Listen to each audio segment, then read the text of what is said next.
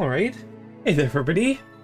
There we go. There we go. I think it's working there. Hey, everybody. Arlos here from Ice Games, bringing you some more Final Fantasy XIV.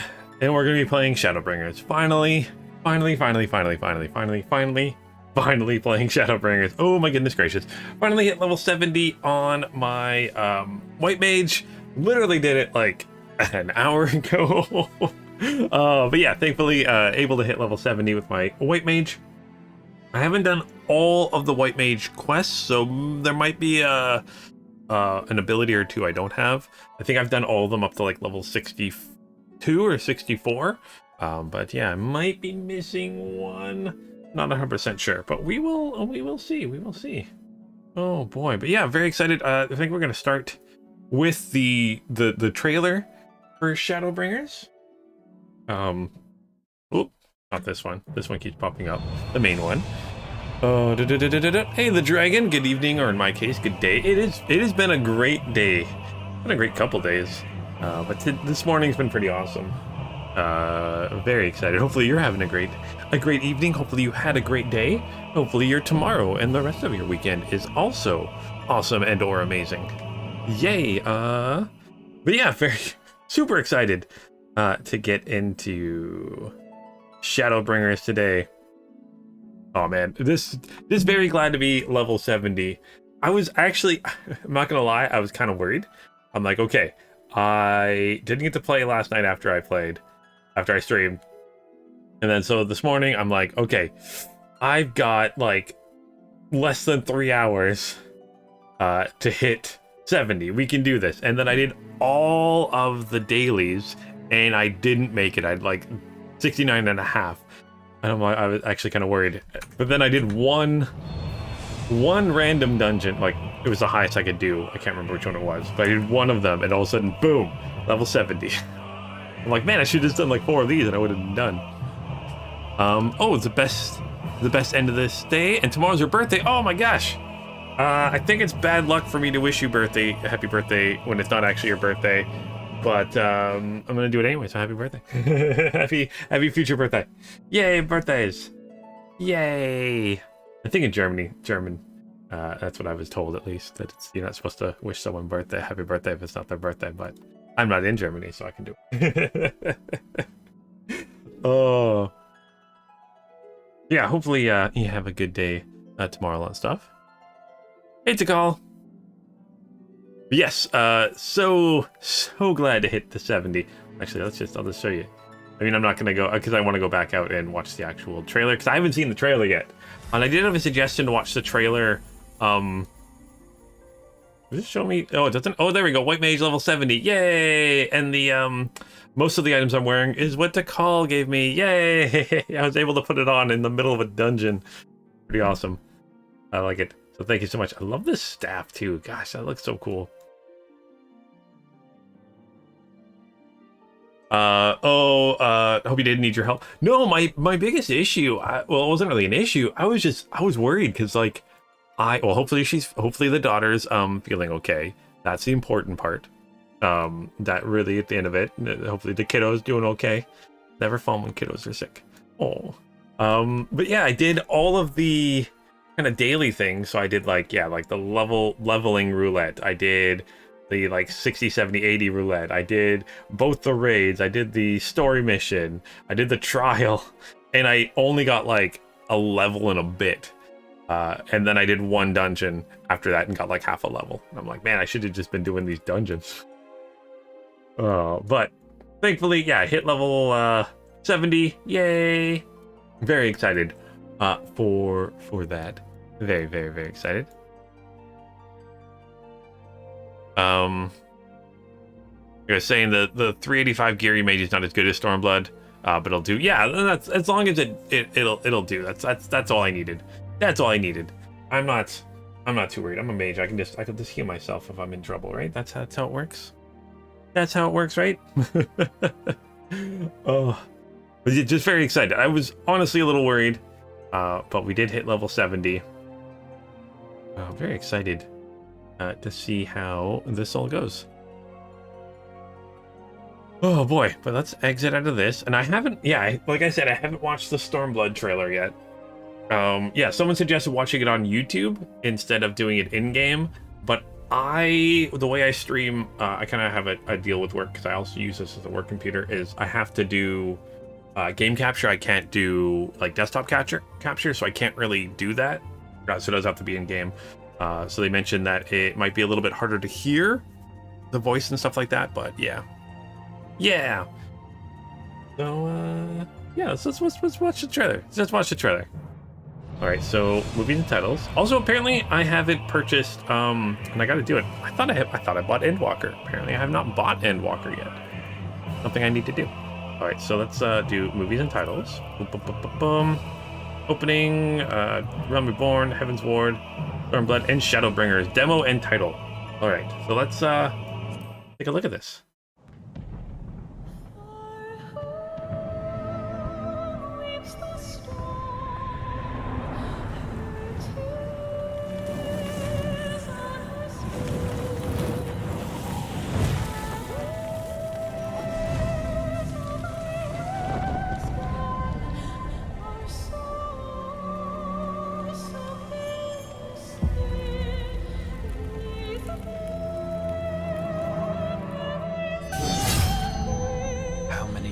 Have come and gone since that day.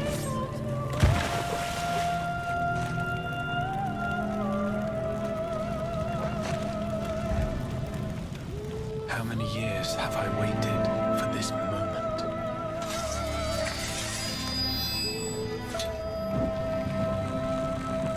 For the one that stood alone against the storm.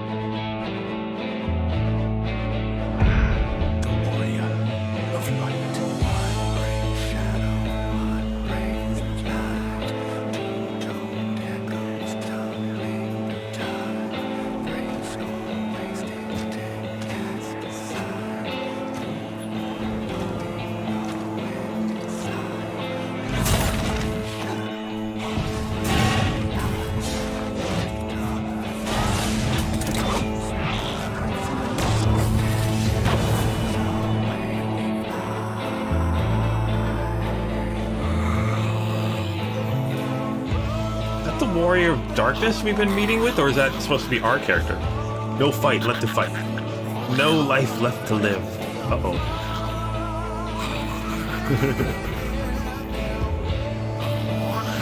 But comes the end, your end.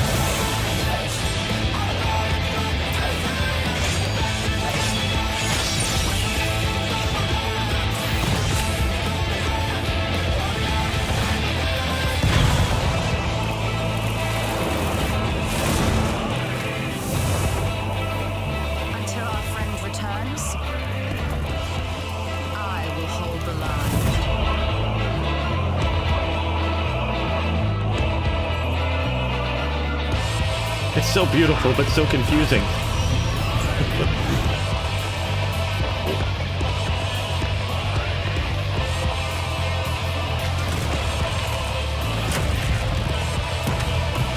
These are bosses we fought, though. That's kind of neat. This town certainly has changed. We've not at all for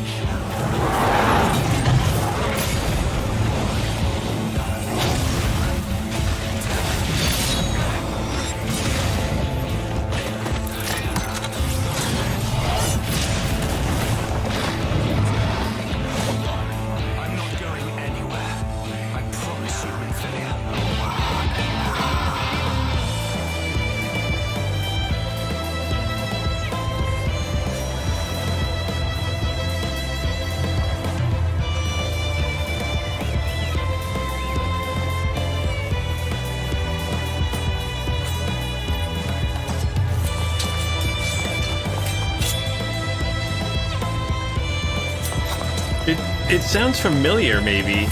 But I mean, a lot of the music for Final Fantasy has a very familiar sound to it. Sometimes you can tell a Final Fantasy track what it sounds like. Is this where our friends have been when they're going on their... Greater even than the seventh umbral calamity. You have a crystal hand? Must be undone. Game turn from Sam. It'd be kind of cool if you could switch classes in the middle of fights like that. If history must be unwritten, let it be unwritten.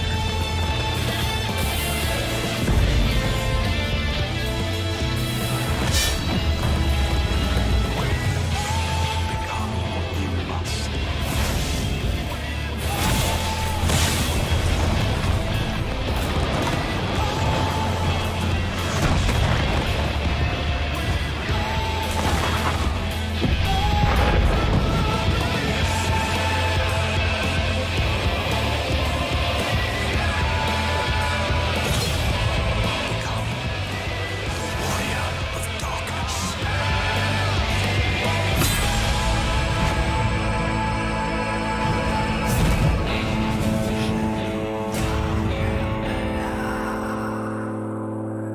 Okay, so that trailer was amazing. That was amazing. I am very confused on what was going on. Yeah, I'm not sure the theme that you meant, Dragon. Which one was that? Oh, Final Fantasy XIII. Okay, that's the thing, is I get so... You can tell it's a Final Fantasy thing, but I'm like, I couldn't tell you where it's from. I'm bad at that. In fact, one of the it was like a gaming restaurant bar kind of thing by us It had like a trivia night every week, and once a month it was themed on music, and like I'd go with my friends, and like I couldn't do it at all. I'm like, that's from Metal Gear, couldn't tell you which Metal Gear it was from, or that's from Final Fantasy, couldn't tell you which Final Fantasy it was from. But man, okay, so that trailer was amazing. Oh, they look so good. But I'm trying to decide, was that supposed to be, because I feel like that's supposed to be that warrior of darkness we've met before, and that wasn't us. And now I'm starting to think, have all the trailers actually just been the warrior of darkness and not actually our character? I'm kind of confused. So I'm like, man, have they just been, because that's the same character through all the trailers. Has it not actually been us? Has it been the warrior of darkness?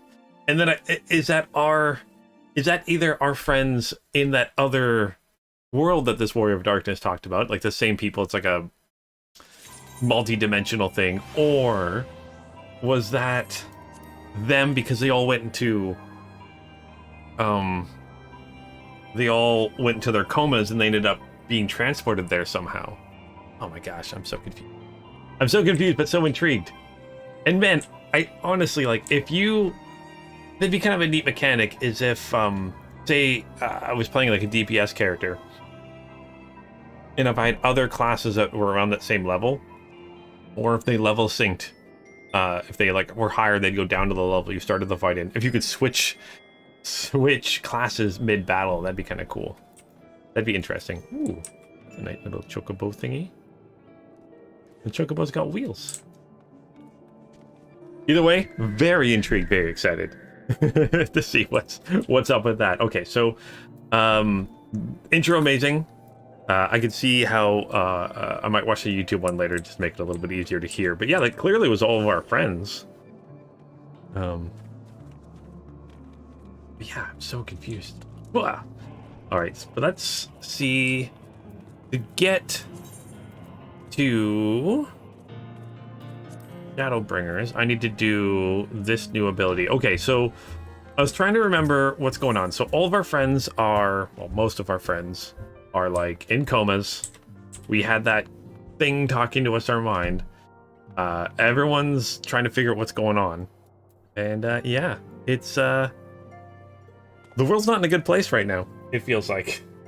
I mean, we did save Doma and Mhigo, but I mean, the Empire could easily come back in any moment, right? You never know what they're going to be doing. But yeah, let's talk with Tataru and get Shadowbringer started. Very excited. Oop-a-doo-boo. So Tataru is itching to share what appears to be good news. Ooh, I get an orchestra roll and white oak weapon coffer. Actually, let's decline that for a second. Do I have anything in my inventory quickly I can use?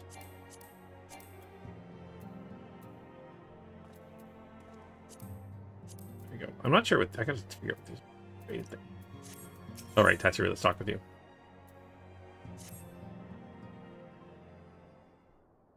Yeah, it would be a really cool mechanic there. The trick. You're old enough to remember it from the translated version. Oh my gosh. I'm not that old. Well, I mean, I am that old, but I never played the translated version. I didn't really get in a... I mean, I guess I did play the original Final Fantasy on the NES. But I didn't really get into Final Fantasies until, like... after that first one. I played them, but didn't really, like, hardcore play them until, like, 5, I think? 6? I can't remember which one it was. Anyways, good news, Lunith. We've had a stroke of luck in our search for that beacon. Apparently, our colleagues have stumbled across a hidden path leading down into the hollows, around the base of the Crystal Tower. A path I doubt we've ever had, a path I doubt we'd ever have found had the Ironworks and the Sons not added their numbers to the party. Thanks to them, we have eager eyes aplenty down there, checking under rocks and peering into every nook and cranny. Still, it sounds like there's a lot of ground to cover.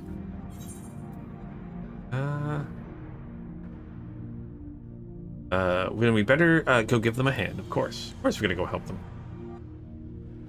I mean, what else have I been doing for the last, while?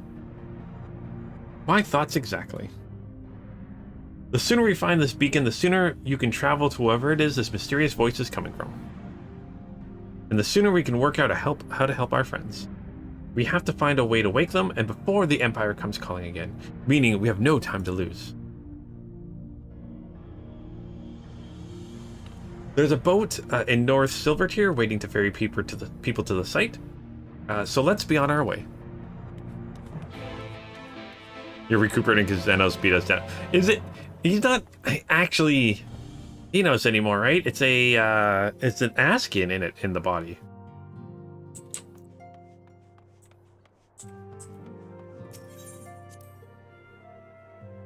And I'm sure this is now going to go back into that that storyline.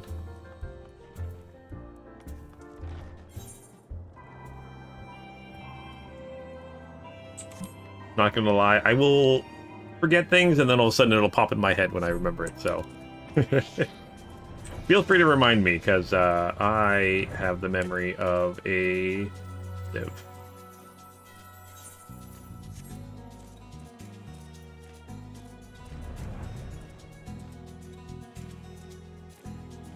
sieve. Okay.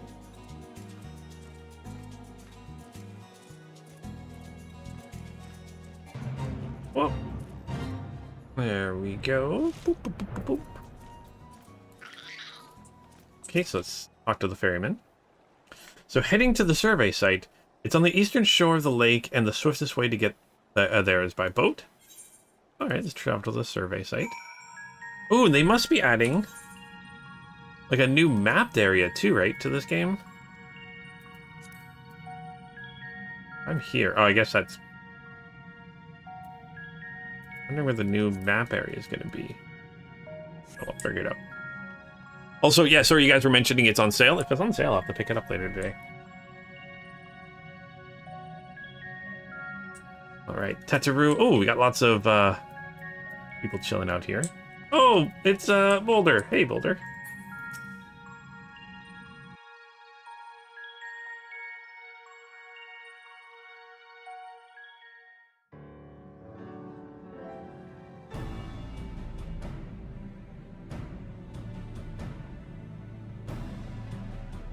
Or maybe lots of new maps, because Stormblood came with lots of new maps. 2 whole new continents to explore. Look how many people there are! Should we get to it then? Pick up anything that seems the least bit device-like, and we'll make ourselves a pile. Well, if it isn't the hero of the hour, Maybe you'll change our look. We've found bugger all without you. This is the first time I've heard Biggs talk.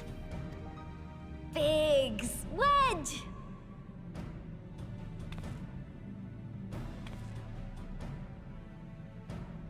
Aye, aye. Well, we could hardly say no to a call for aid from the Scions. Jesse called it the chief of some other business, so we'll be working twice as hard to make up for his not being here. Thrice as hard, even. Thank you, both of you. I'm sure we'll find that beacon in no time.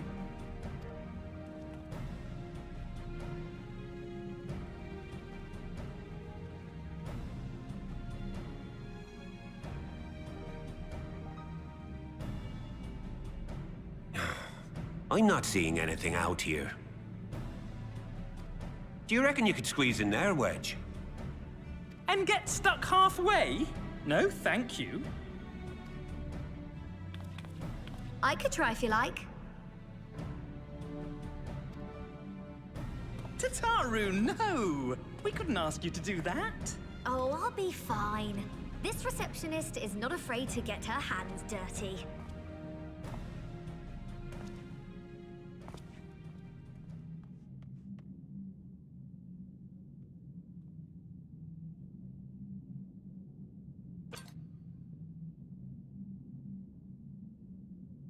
Of course, like, Sorry, we're the ones to I find meant it. to say, the scholars haven't finished their preliminary assessment of the site yet, so we're not supposed to venture too far in.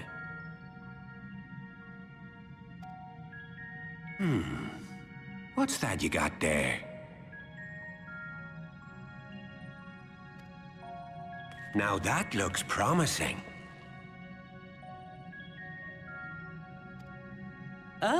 Isn't that the Ironworks symbol? Counterfeiters?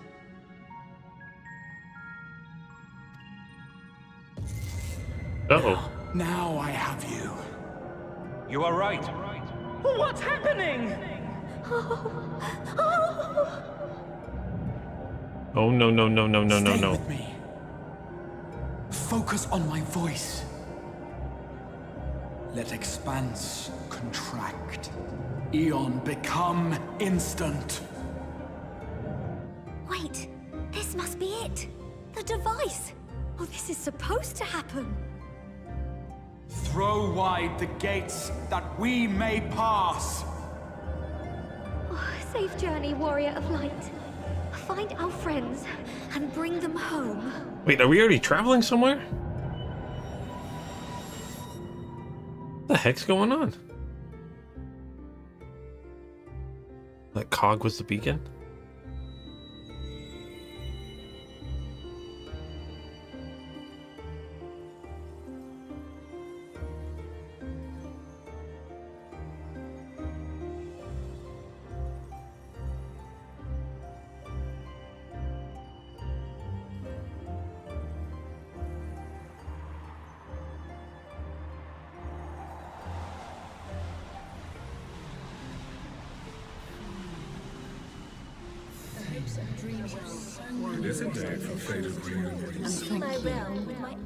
The dawn's light will shine again. Oh, do not look at me so. You're slaves to a tyrant! There's no freedom in that! This is one battle you cannot fight. Away with you! Say spirited accounts always comes welcome. We did everything right. Everything that was asked of us, and still it came to this.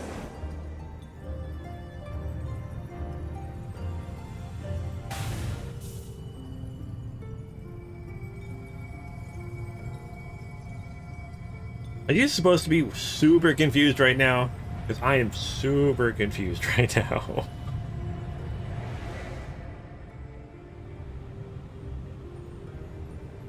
Okay. As long as I'm like, I haven't missed something, because I'm really good at missing things. Has not yet come. Okay. Is that Menphilia?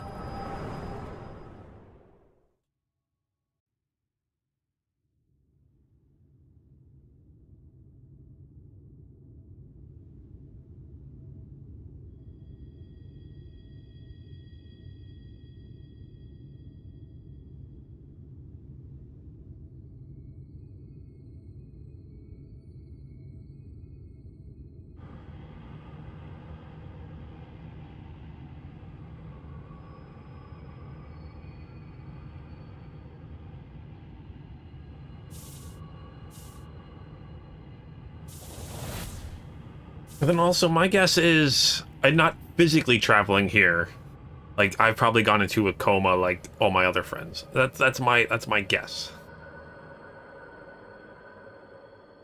And how does that work for gameplay feed? Ah, man. I guess Final Fantasy XIV's never really worried about that.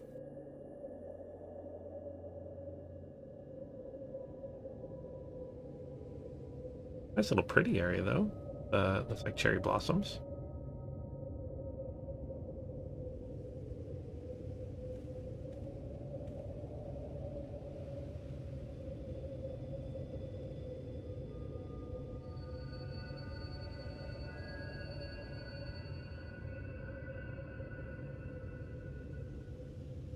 From endless dreams I awake.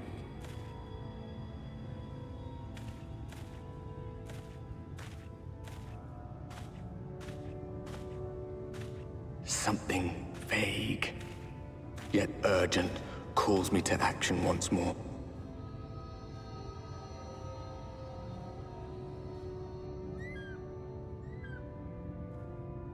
What is going on? Everything's so purple. Pretty. A chocobo.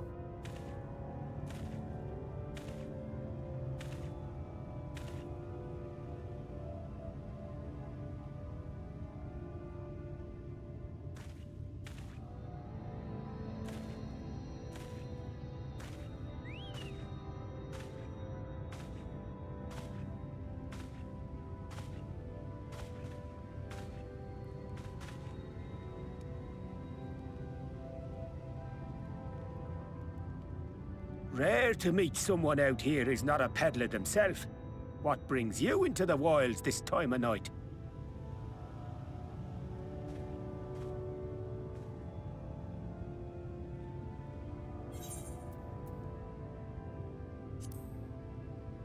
Yeah, what do you mean this time of night? Well, if it ain't the oldest joke in the book. Me granddad, God's rest his soul, used to tell that one to the barman at kicking out time. Uh-oh. And when, pray tell, did we last have a dark night? You rotten old drunk, yet he'd reply. Yeah.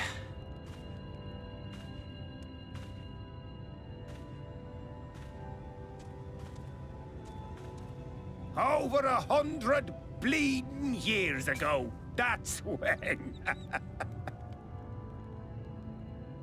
Wait, what?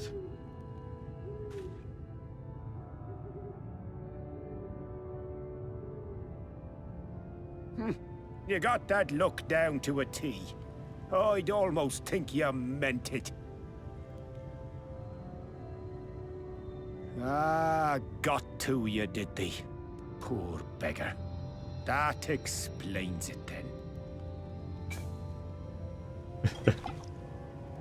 I like this guy.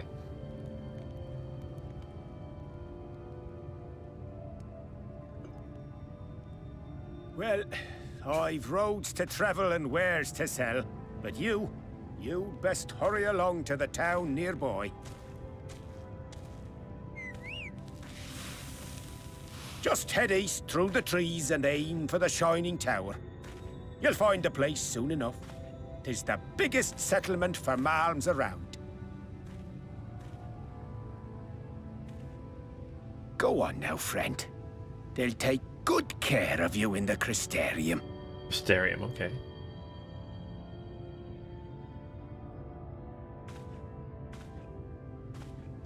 Crystarium. Okay, so let's go.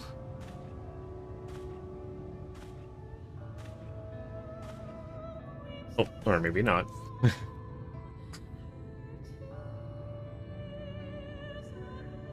You walk so slow.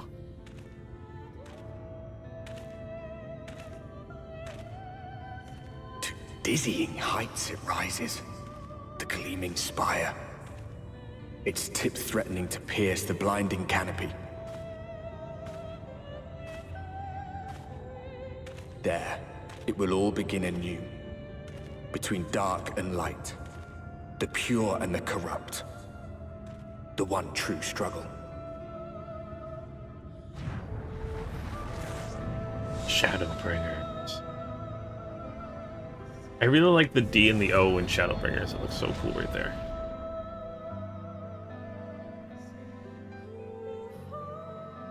All right, so we are somewhere. Whoa, we're in a whole different map. All right, so there's a whole new world. Okay, cool. Cool. All right, I gotta head to the crystal, the Crystarium. Okay. There are monsters, enemies, anything like that? I can't jump on my mount.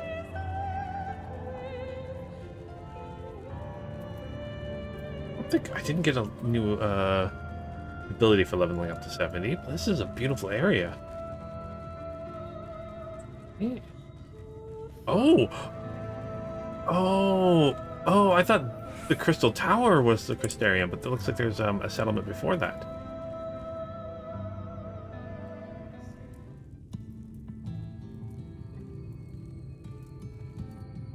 It's like the intro to all the Final Fantasy expansions. I have no idea what's going on.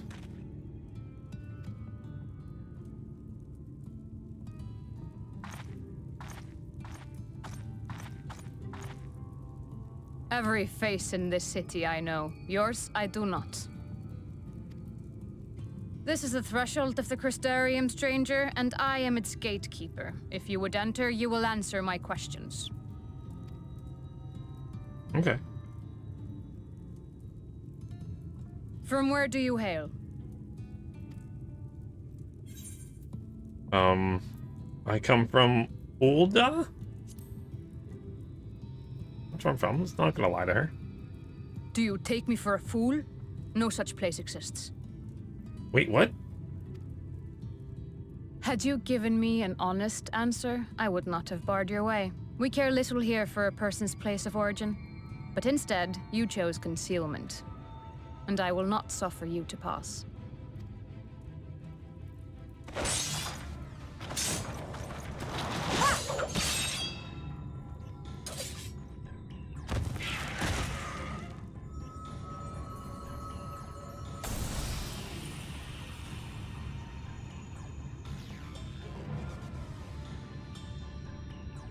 That one had eaten.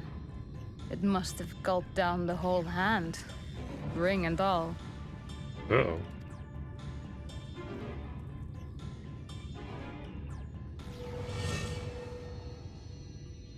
Oh no! Oh, I like that guy.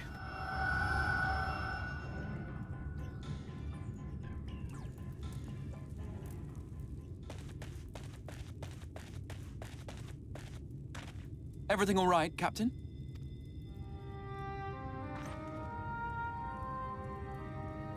Oh. Quite all right, my lord. Just a stray sin eater, and a weak one at that. I see. Weak or not, we should be on the lookout for more.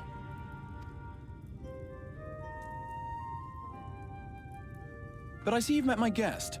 I will escort him to the Crystarium myself, if you've no objections. Alright, so this is that character from the intro movie with the crystal hands. Okay. Crystal Etchar. Another of your mysterious friends, is it? I should have known. You're the one that called us here, okay. And that voice Very is well. familiar. I'll inform the others your guest is to be given the run of the city.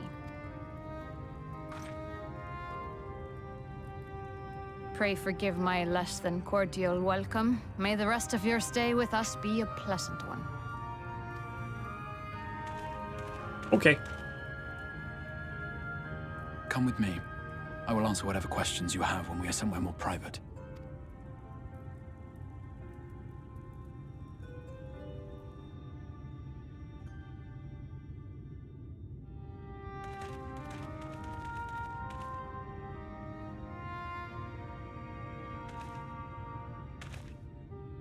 Right then, before we plunge into the wheres and wherefores, let me first thank you for answering my summons. I was right on that. I had intended to bring you directly to my personal quarters, but I fear my aim was slightly off. That you were still able to make the crossing unharmed is a great relief. And so, we come to the question of where. The realm in which you now find yourself belongs to one of the 13 reflections, or shards. The first, to be precise, even if its inhabitants are largely oblivious to the fact.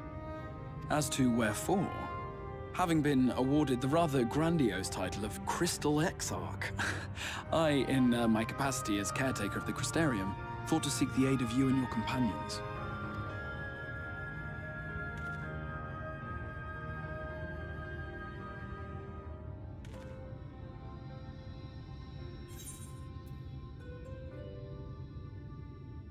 Are the other Scions here? Ah, that is a question with no simple answer. But all shall be explained in due course, I promise you. Yeah, just tell me what the heck's going on. Let us begin with the glaring skies up above.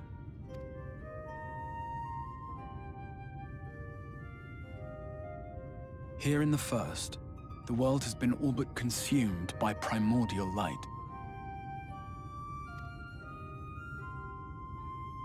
It began a century ago, by this realm's reckoning. A luminous flood swallowing everything in its path. More than 9/10 of this star was lost. 9/10? Oh, okay, and the star is the planet, so there's really nothing left on this planet. And the fortunate few who survived are hounded by abominations born of that catastrophe even now. Okay. Sin Eaters, we call them. The creature you saw earlier was one such monstrosity.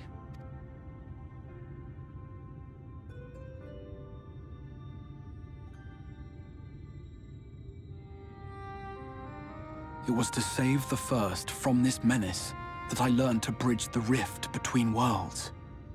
That I might call upon the aid of the greatest of heroes. Me. And though it meant depriving a world of its champion, I had to try, for in saving the first, you would bring salvation to the source as well.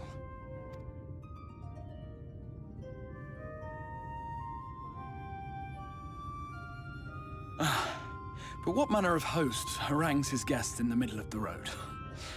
Let us continue our talk within the Crystarium.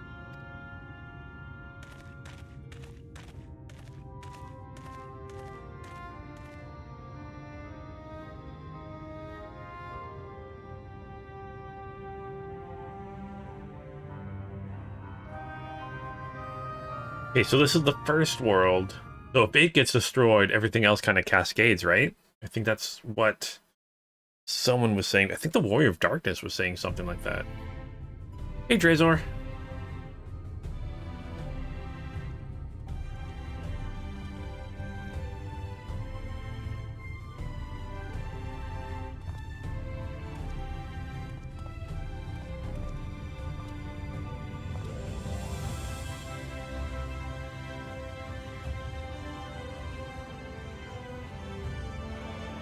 Such a proud and vibrant city. The sole sanctuary for the living in a world all but resigned to oblivion. Each stone was laid with hope. The town itself a symbol, a monument to defiance in the face of death. No would-be hero could fail to answer its call. For who among us does not yearn for salvation?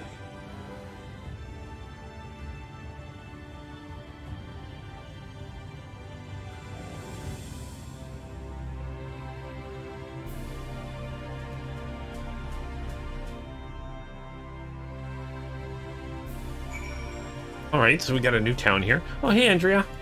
Hey, Drazor. Hey, everybody. Oh my gosh. Okay, so it's always sunny here.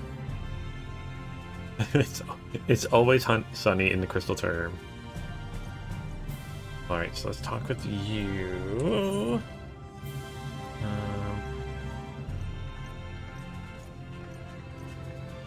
Can you travel back to the other world? Curious, because we got this map.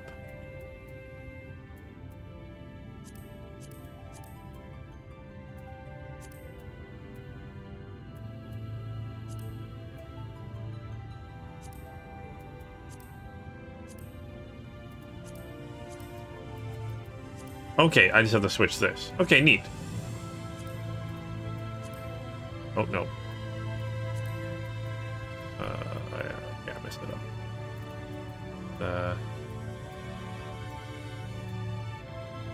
Okay, there we go. Back to this area. Fun facts about this place. Tikal says when 1.0 was in development in 2010, they had a screenshot of a place that looked like this. They never had anything come of it. Oh, so they kind of already had this kind of city designed out, and they just kind of, I mean, makes sense to kind of reuse it if they had a really cool idea for it. Neat. Also use your teleport hotkey. Oh yeah, that's this one here. Favorites, history. Probably much quicker. You see it in the 1.0 trailer there, Drazor? Okay. Neat. I'm going to talk with you. What do we got going on next? And here we are. Welcome, my friend, to the Crystarium. Alright, so we get some coffers and stuff, so let's complete this. Keep, that. Actually use these when I get a chance to. Yeah, I'll have to make sure I attune. There's a good chance I would have forgotten that. Oh, that did that for me. Okay, so I'm going to actually do that before I completely forget. The teaser trailer there, Dredzer? Okay. Yes. Yes, Andrea. The dragon. Make sure I attune to it.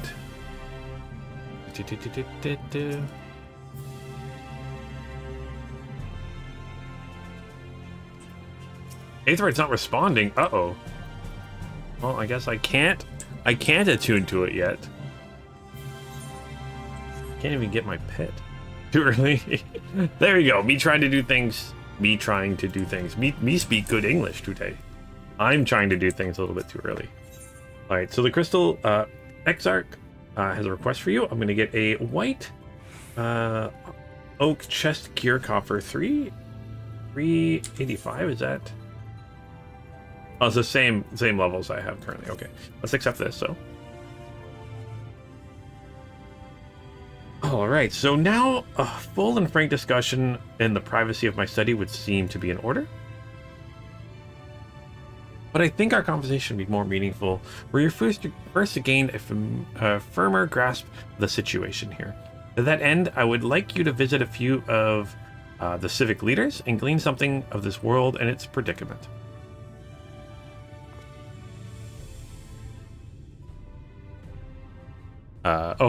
Andrea says getting the new hub city and being given the tour via the main story quest is one of your favorite things. Yeah, it's always kind of fun. Ooh, I love the way this Aetheryte looks.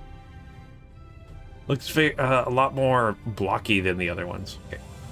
As you can see, this path will take you directly to the Aetheryte, a convenience with which I'm sure you are only too familiar.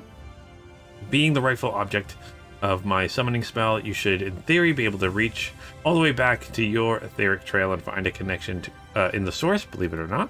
I strongly suggest you complete this attunement before venturing any further. Okay, now you tell me. I like that. I like this one. After you've done so, walk up the steps next to the Aetheryte and head out to the left to arrive in the crystalline mean. This is where you'll find our collective crafters and gatherers, as well as their spokeswoman, Catless, one of the people I should like you to meet. Okay, Catless. Another is Morin. To reach him in his cabinet of curiosity, you'll want to avoid the aforementioned steps. Take the exit to the left and simply continue straight along and down until you come to the large doors at the end of the path. Apparently it's Guillermo Del Toro and his cabinet of curiosities.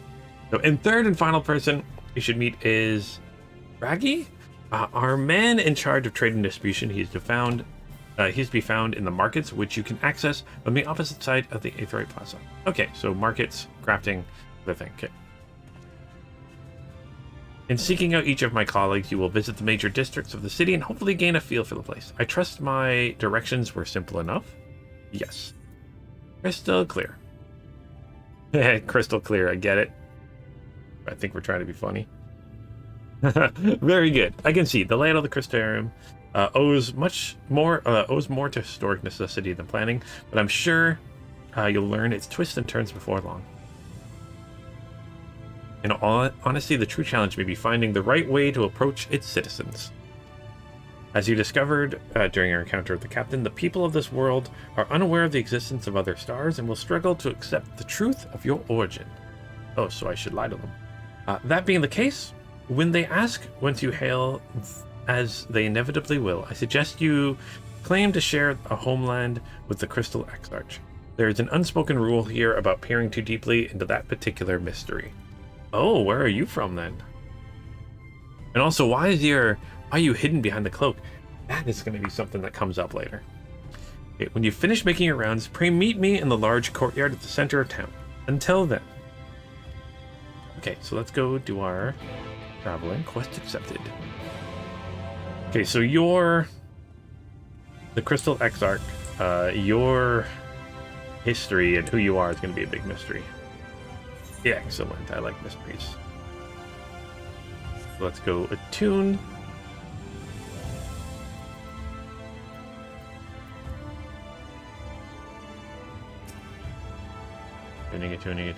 Attuning. By focusing your senses, directing the flow of vastly distant currents of aether, your connection to these energies is faint but stable. You should allow teleportation to aetherites in the source. So that essentially means that I can travel. Let's set this as my home point for now.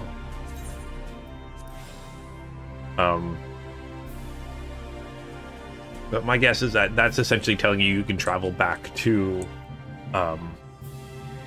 where you were.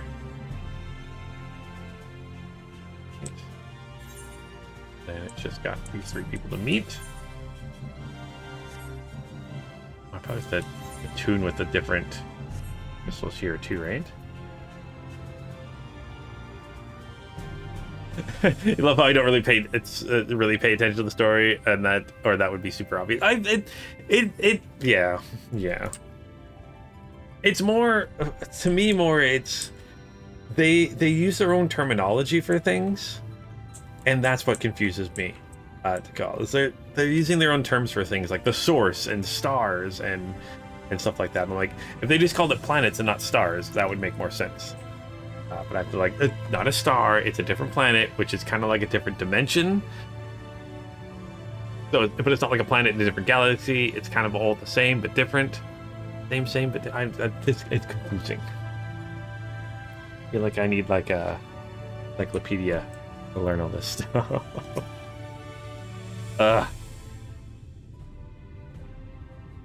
Ooh, flowers. Plants. Crafting. Rare to see a place so well stocked with goods, isn't it? But not here. I'm going to guess you're new to our fair city. Well, from what it's worth, you've chosen a fine sanctuary. The Exarch can throw up a barrier if the Sin Eaters come knocking, so it's a darned safe, sight safer in here than it is out there. Okay. Safer and more civilized too. Thanks to us and the mean, we work together to procure materials and resources and craft the goods which make city life possible. This is the place to visit if you need a coat mended or a kettle forged. Oh, okay. Just don't go thinking it'll all be handed out to you on a plate like those Ilmorian layabouts. Here in the Crystatorium, we work for a living. Though I see you're no stranger to honest labor, we don't have the whiff of indulgence about you like some folk I've met. Still, I can't quite pin down your profession. Where is it you're from? I'm from the same place as the Exarch. One of the Exarch's countrymen, you say? I see. Well then, I'll work twice as hard to make you feel welcome. Our city wouldn't even exist if it weren't for him, and any friend of his is a friend of ours.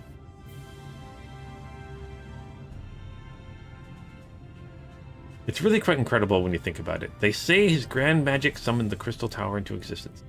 Pulled the entire thing out of thin air. it wasn't long before droves of refugees began congregating around its base, desperate for shelter after losing their homes to the flood.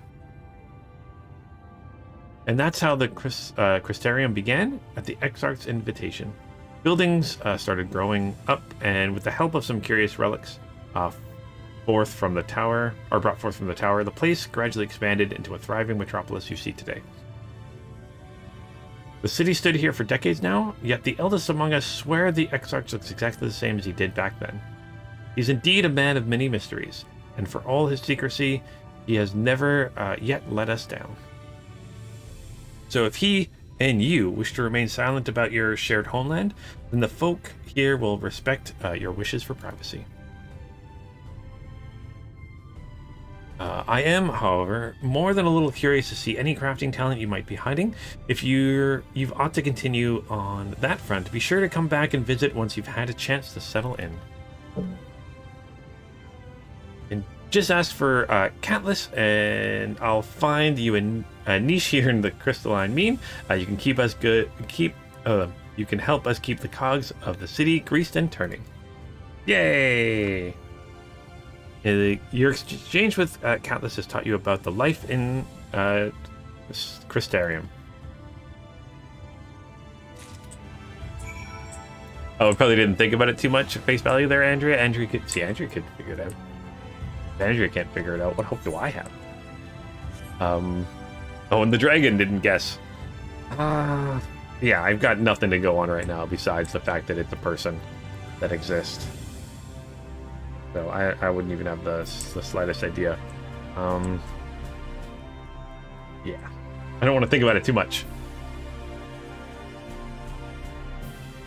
Where am I supposed to go? I'm down, I think, right?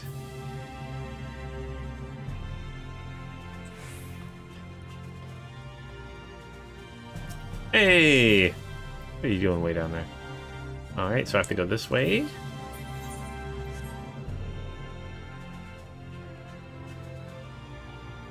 And it's probably someone I haven't even like really met yet, so we'll delve into that mystery eventually.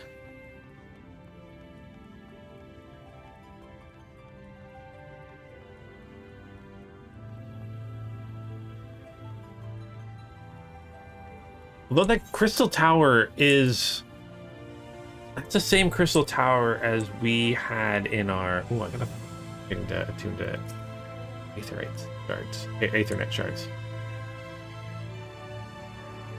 I think I missed the one up here. Oops. I guess it's a city, that's why I can't use my mounts, right?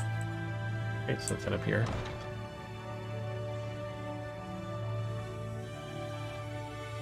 Oh, Takal, you figured it out pretty quick there. I'm still up above? Guessing whoever I'm talking to is a little bit. Yeah, there you are. Yeah, it's a city. I'm like, that's why there's no mountains. No Morin. Hello, Morin.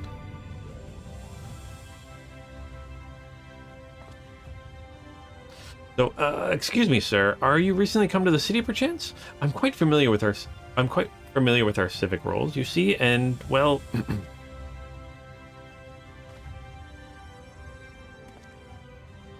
What I mean to ask is, have you brought any books with you? A rumpled scroll, even? A scrap of scribble on parchment? My apologies. Literature is something of an obsession of mine, as well as a profession. Librarian Morin at your service, and this humble collection is known as the Cabinet of Curiosity. As your powers of perception have likely informed you, my colleagues and I are responsible for curating all manner of tomes, documents, and other vehicles of the written word. As horrific as a loss of life in land wrought by the flood unquestionably was, the damage to recorded knowledge was no less catastrophic. We few do all we can to preserve what wisdom survived. But tell me, what brings you to the cabinet today? Looking for any title in particular? Mayhap a spot of academic research? I just came to say hi, because the crystal guy told me to. Oh, so you're an interest in modern history. Splendid. A thorough review of recent events could often yield novel perspectives. I quite agree. If you would prefer something visual to accompany the account, then I think I have an illustrated book for children somewhere. Just a moment, I'll fetch it for you. Actually, that would be wonderful. Yes, give me an illustration book.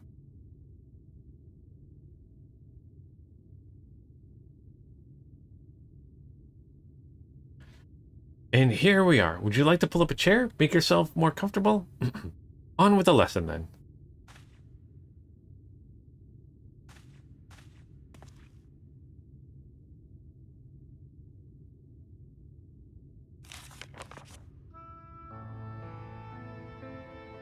A 100 years ago, or near enough not to matter, villains known as the Warriors of Light slew the Shadowkeeper, the Steward of Darkness.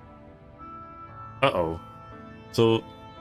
Oh, they were villains. In the wake of this tainted deed, light began to pour into the world as if from unseen cracks. It pooled and swelled without cease, until the day an enormous blinding wave rose up and swept across the star. We called the calamity the Flood of Light. Everything it touched was leached of life and vigor, leaving naught behind but a luminous wasteland.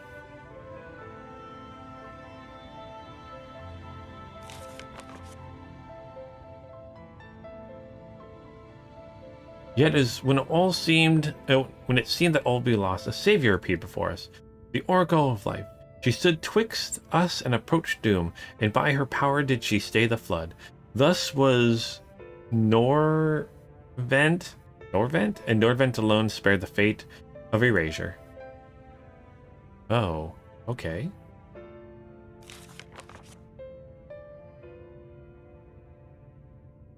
Tragedy would, however, arrive in another form.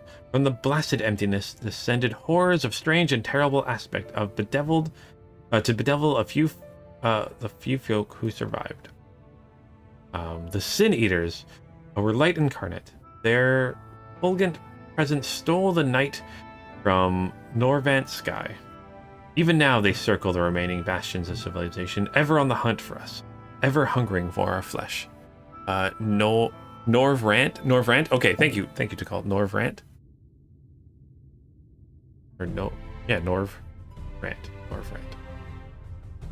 And thus did the world become what it is. Did you ever wish to hear the tale again, I would be glad to retell it for you. Or if you would rather speak of other matters, that too would be my pleasure. I should be glad of the company. Your exchange with Morn has taught you about the Flood of Light. Okay, good. I'm not like Northrend? Okay. Oh, okay. Norvrant. Right, so essentially what happened to this star is what would happen if we got rid of all the darkness. And that would be bad. Oh, having a spotted T, are we? Or something? Okay, is there a... I gotta go here now. Above me, so I'm guessing this is the right way.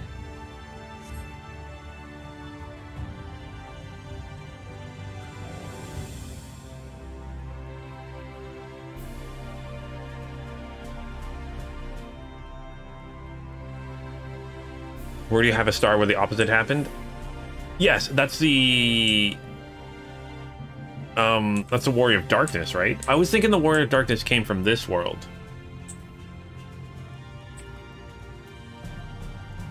You have to kind of like try to strike a balance. I'm gonna grab this Aethernet shard before I do anything else. Or did the Warrior of Darkness come from this shard? Or this star? The 13th. Oh, the Void. Yes. Sorry, that's where all those Void creatures were coming from that were summoned. Yes. Okay. To call. Sorry, I totally forgot about that. So this is the first. Ours is ours the 12th? Yeah. Okay. The Warrior of Darkness did come from here. Yes. That's what I thought. I don't remember ours. But yeah, that's where that definitely explains why the Crystal Tower's here, because that deals with that that race started with an A, that they created all that this cool sci-fi stuff.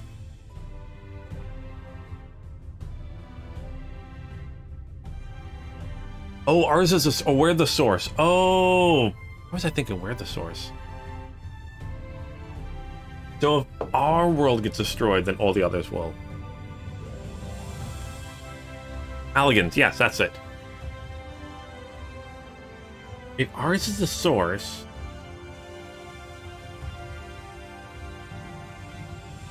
Oh, no. No, that person's still in. Oh, what was that? Oh, what was that kid we were helping in... it was in the Crystal... Was it in the Crystal Tower? Quest? There was someone that was helping us in that. Is that no, they're still in our world. Okay, so it's not them. As far as the source and shards and stuff, I'll learn it all in due time. Anything else is spoilers. Okay. I now get to learn about the multiverse, kind of how that works. So we kind of there's been hinting at things, because we had like the Warrior of Darkness show up one time and talk about things and how his world is horrible and stuff, and then we had the Void sent. Yeah, okay. Let's talk with Braggy.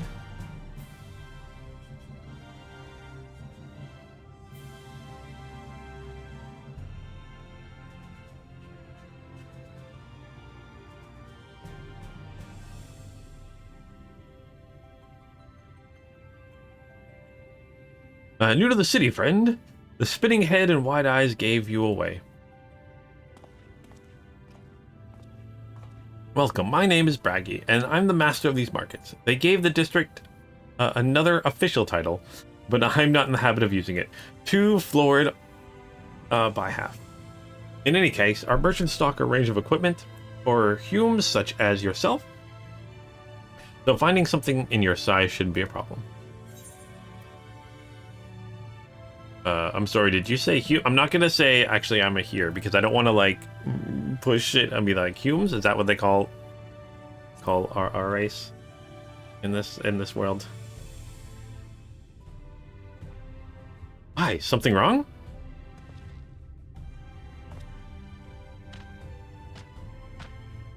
You're from the Beast Tribe. What are you doing here? Let's see if we can straighten this out. See those two in front of us? The shorter is a Hume, like you. The taller one is an elf. Yeah. The sturdy individual is a Galgant, whilst the other one with horns is a Drawn. And then you have the large, scaly chaps with long tails and a knack for raising livestock. That would be the Zune.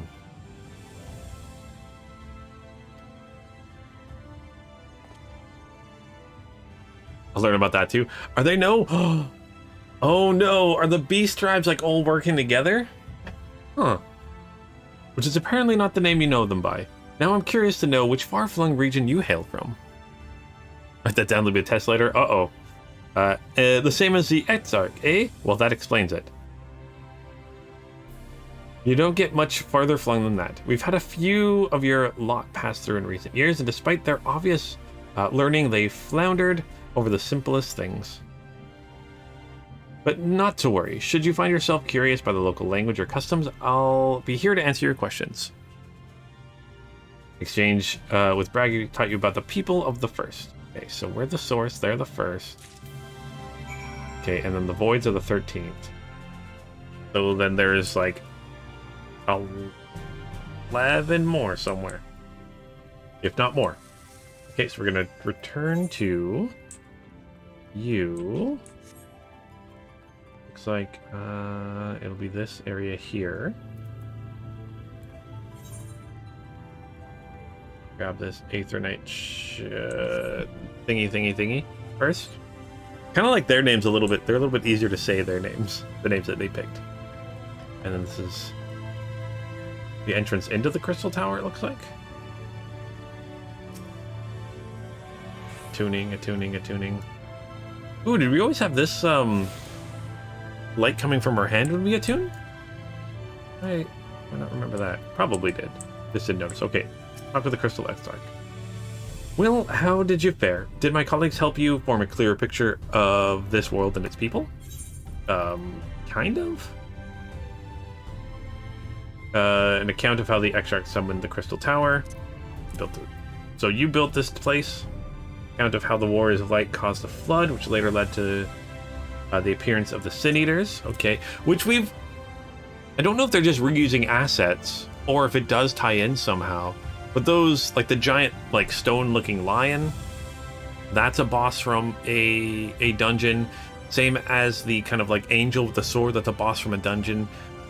I'm not sure if they're just reusing assets or if that's supposed to be like a lore thing we're supposed to like guess at, or it teases of something. Curious. So yes, it seems you were treated to a most thorough introduction. I understand it was something of a chore, but 'twas necessary that your grasp of things before we proceed. As for the Crystal Tower's origin, you may have noted the details were sparse. The structure is, in fact, the self-same one you know from the source. Transported to the first in its entirety. Oh, so it's the same tower. It was my first attempt at branching the boundaries between worlds, something of a trial run for your eventual crossing. And although I do not know which era I tore it from, I do know that its arrivals served to set the wheels of fate in motion. Ooh. Oh, you still haven't found that out there, Tikal? Okay.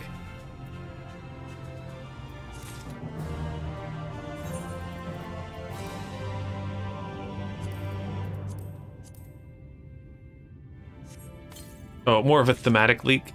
Oh, if I can speak. All right. Hey, new chess piece. Oh, I did have this one. Oh, this one's better. That's neat too. I'm like, I did have this one that was level 70. Oh well. Yeah, it could just simply be those are creatures of light, and when we fight in our dungeons and stuff like that, we're fighting.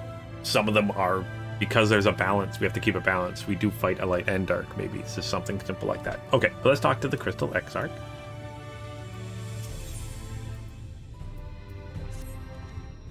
You've done as I requested and learned something of the world in which you find yourself. Now is the time to fulfill my half of the bargain. Explain what has befallen your comrades. That is a conversation I would rather have in the privacy of my quarters, however. I must go on ahead to the tower and organize a few things, but shall see that the guard knows to admit you. The tower's gate lies.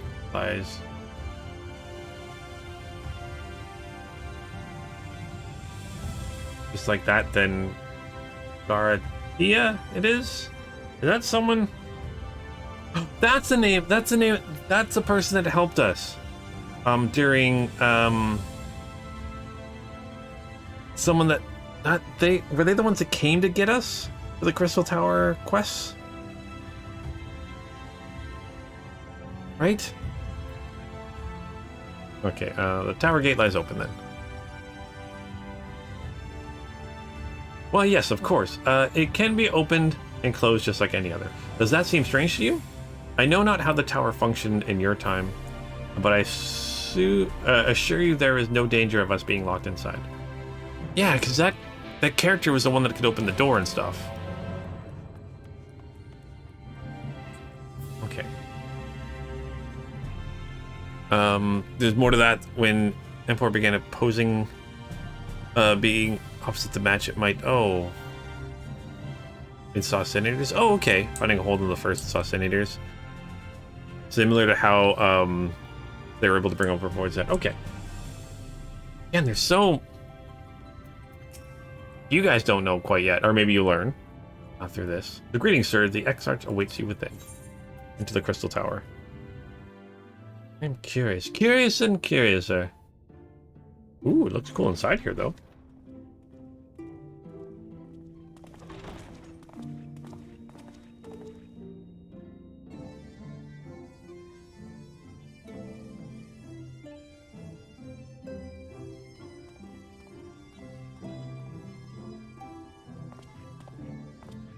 Welcome to the Ocular, my private study. We can speak here without fear of being overheard. Maybe... I'm trying to remember that character's name that helped us with the Crystal Tower. Trying to remember, he locked himself in the tower or something like that, or... I'm trying to remember. Or he died? No, he didn't die. Something. Okay. Maybe this is like this world's version of them or something. Okay. Still speculation. Community still debating on how those bosses look like Sin Eaters. Okay, so that's still a debate that's going on. Interesting. Maybe the next expansion. Okay, so welcome to the Ocular, my private study. We can speak here without fear of being overheard. I have much to explain. Oh, but the he's talking. truths Never which mind. I must touch upon in doing so would cause only distress and confusion to the people of this world. Pray keep that in mind. Okay. Now, I am sure you are desperate to know the fate of your fellow Scions. Yes. To put it simply, they are here in the First. Their arrival, however, was not as recent as you may imagine. Here, time flows at a different pace from that of the Source. In the space of a single hour in your home world, an entire year might pass in the First, and the reverse could also be true. The pace fluctuates without rhyme or reason, and it cannot be predicted. Oh, okay. That said, we seem to be entering a period of near equivalence. And thus, for the moment, you need not overly concern yourself with the passage of time. Okay, good. So I'm like, uh-oh. That could be bad.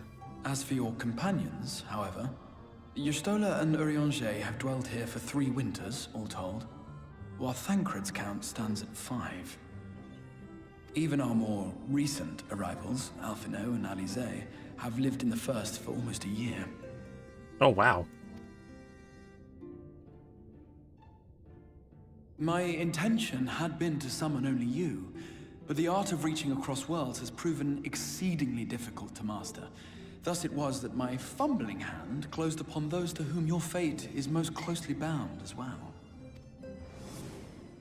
As they were not the object of my summons, their transference was incomplete.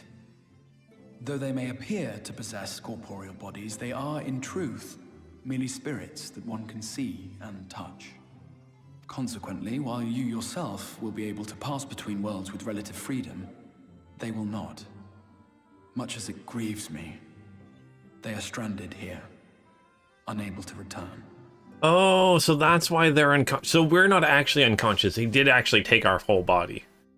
It sounds like their bodies are still... Oh. and again, he's naked. Yep. So I just... Tikal says he just wants to be naked. Oh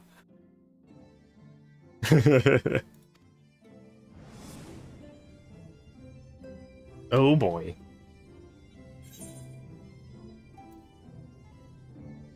Then find... Oh, what have they been doing all this time?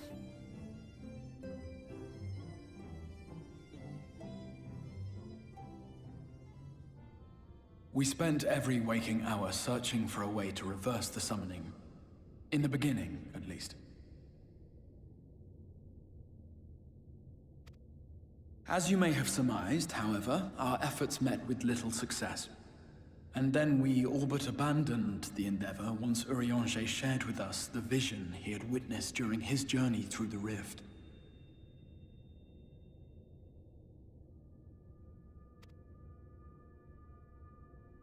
In that chaotic no-man's land between realms, time and space warp and blend in unexpected ways. What Eorzea saw was the future. That which would one day come to pass. In his vision of tomorrow, the First was rejoined with the Source.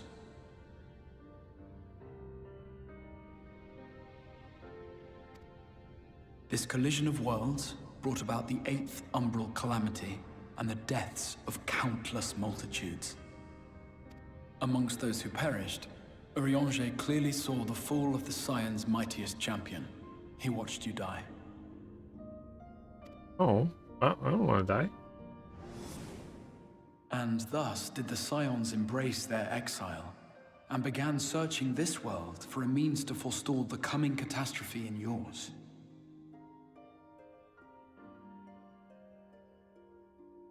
Their souls are stranded in the first, yes, but they have fought on, desperate to save their home and you from destruction.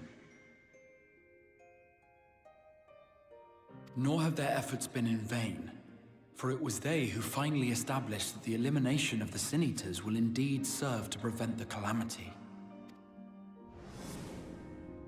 Considering these circumstances of our meeting, you would be forgiven for doubting my version of events. And so, before all else, I would suggest you track down your comrades and hear the tale from their lips. I shall of course be happy to assist in these reunions, and you need not make any decisions regarding your involvement until you are certain of where you stand. Meanwhile, we're gonna help you no matter what. I promise I will not rest until I have found a way to help your friends return home. What say you? Have I earned your trust for the moment, at least?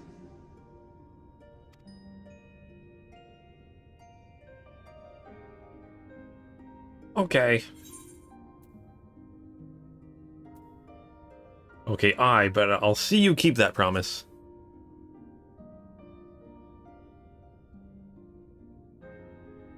Excellent. You will not regret this. With that settled, we shall have to see about getting you ready for the road. Traveling across the rift has no doubt left you weary. I will arrange for a room where you might rest in comfort. While it's being prepared, perhaps I can show you around.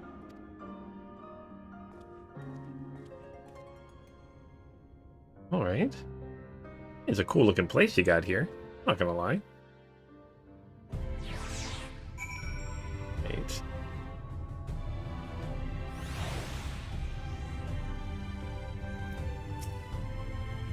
So the Crystarium boasts a number of residential districts, but I have been informed that a room has just became available at the Pendants, which, as it turns out, is perfect. Our path there will take us past the markets, and I was hoping to give you my own introduction to their wares. Come along. Alright, so speak with the Crystal Exarch at here. So we're actually going to go here, and then probably here.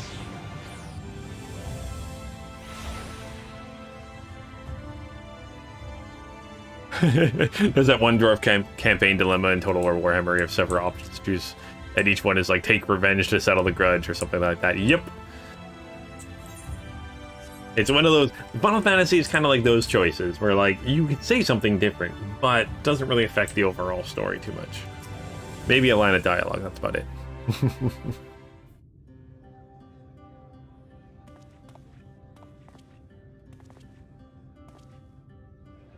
It isn't horrible. If someone tried making an RPG where you get full like decisions on what to do and how things change, that would be immense. This is the Musica Universalis, the commercial heart of the Crystarium. Aught you might need to prepare for your journeys can be purchased here.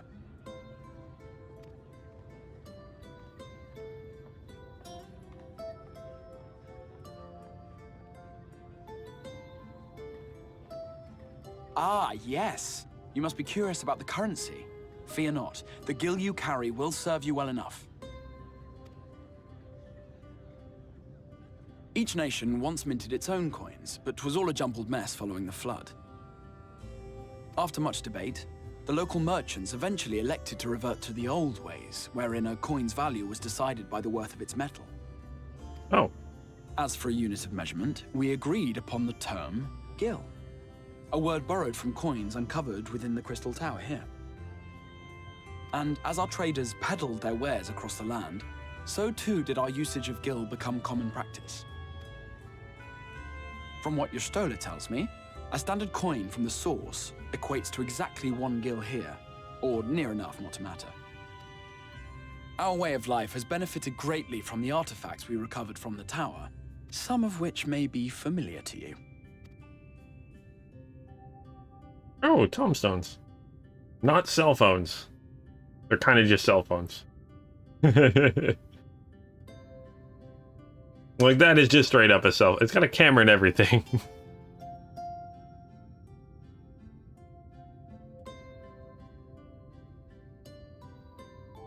But I fear it would not be practical for us to provide everything to which you are accustomed.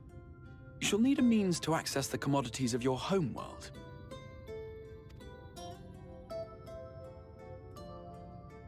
Avan Kerm Sin? Are you there, my friend? Yes, I'm here. Of course I'm here. What amusements do you have for me today? It's a Navi. Oh, gosh. My dear Feo Ul, paragon of pixie kind. For you, I have the most vital task. This fine gentleman is a friend from a distant realm. Why? And we have need of a means to ferry things back and forth from his home. Might you be able to assist us in this matter?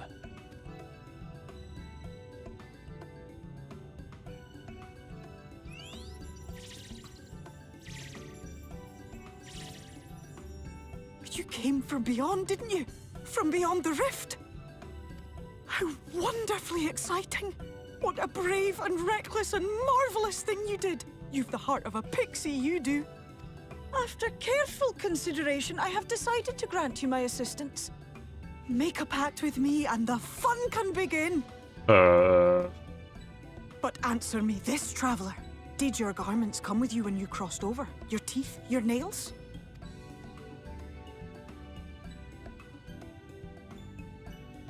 Just as I thought! Then you've a good stout connection with your home through which all your belongings, great and small, may easily pass. From this moment forth I will be your Isnefis, and you my Snayak. Like the branch which sprouts from the sapling, our bond will flow unbroken from one to the other. Raise your hand.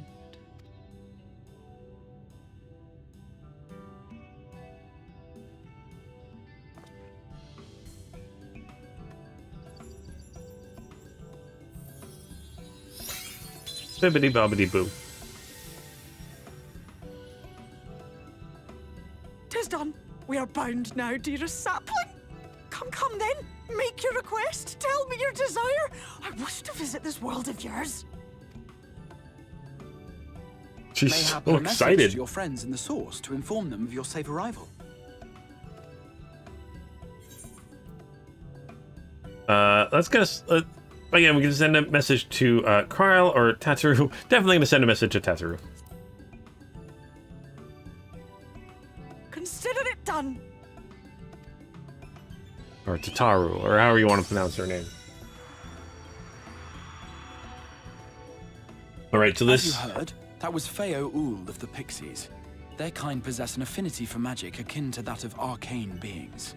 So she can travel between worlds. Interesting. They rarely show themselves in populated areas, but Feo is insatiably curious even by pixie standards, and seems to have taken a liking to the Crystarium. Right, we were going to organize a room for you, weren't we? Come along. I like how we're in a different world, and the designers easily could have been all like, this magic thing connects between the two, but they have like a whole like little mini story and created a new character for it. Like, they really go above and beyond.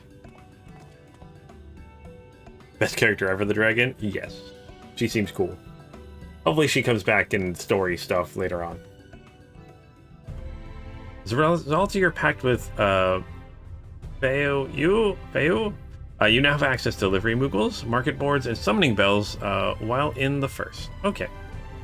So again, a story reason as to why we're able to. Not just because video game. Traveling here.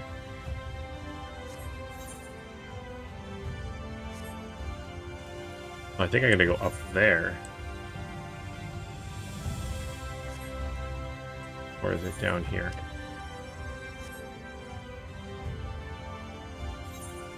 Nope, I think it's down here.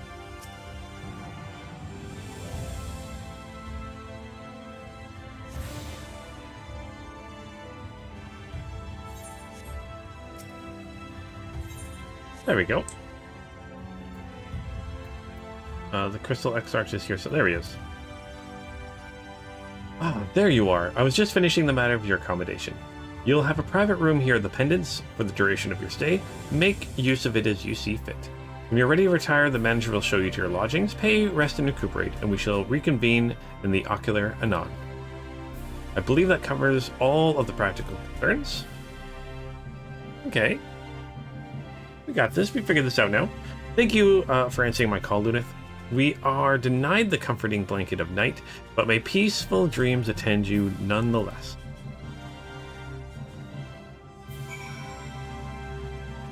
Okay, so let's speak with the manager. Pleasure to meet you, sir, and welcome to your new home at the Pendants.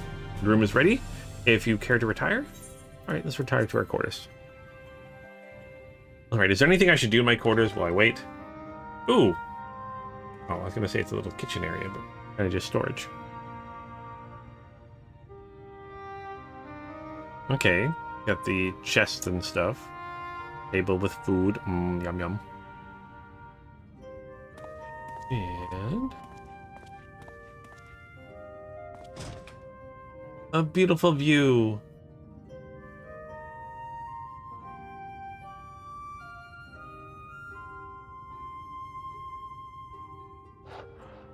You. Uh-oh.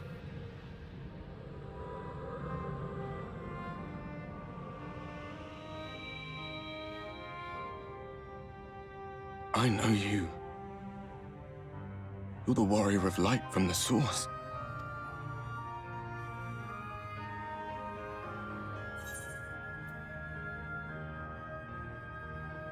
The warrior of darkness.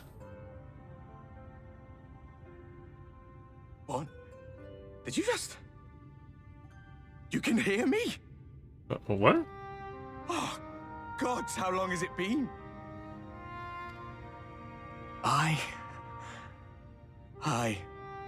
That was what I called myself in your world. The Warrior of Darkness. My real name is Ardbert. I used an alias in the source. A daft one, looking back. If you recall my tale, it was my comrades and I who caused the flood.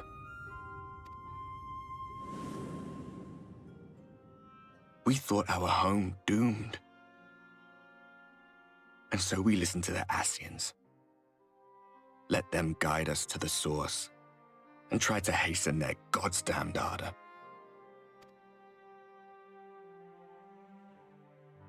I remember when we fell, defeated by you and yours. I remember our audience with Minfilia, how she listened to our pleas and returned our souls to the First.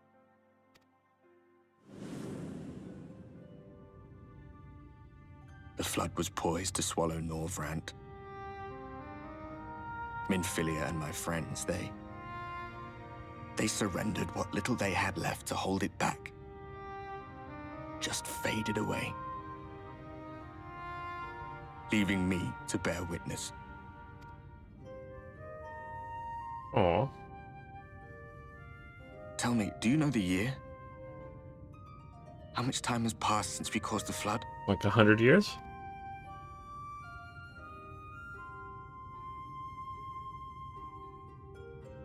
A 100 years. 100 long years.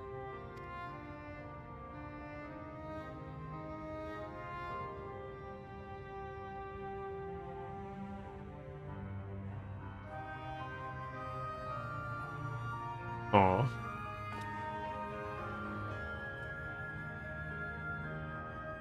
My hands find no purchase. My gestures catch no eye, and my pleas, be they whispered or screamed, reach not a single ear. I am a shade, cursed to do naught but drift. Man, that's gotta be...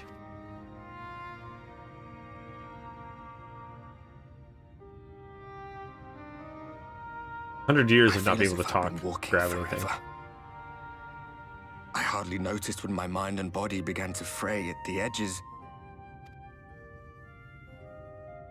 Then bang! My senses were sharp again. I felt like a fish being reeled in, and before I knew it, I found myself in this room. Why is it that you can see me? What are you even doing here, come to that?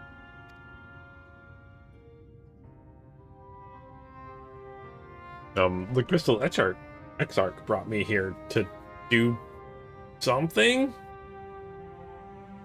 You were summoned to save the first. Yeah, after you destroyed it, jerk. A waste of time. This world is beyond saving, like those who try to save it. Muddled as my mind may be, I've not forgotten that. But if fate has brought me to you, the one person in this God's forsaken world who can see and hear me, then perhaps there is a reason I endured. If I can find out why I was left behind, then maybe I can bring this journey of mine to an end.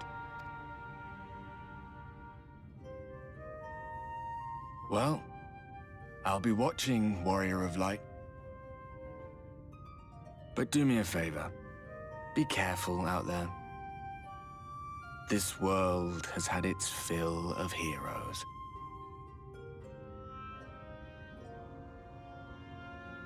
Yeah, so he's kind of like a ghost, haunting like the entire world. Okay. I'm gonna call him Slimer from now on.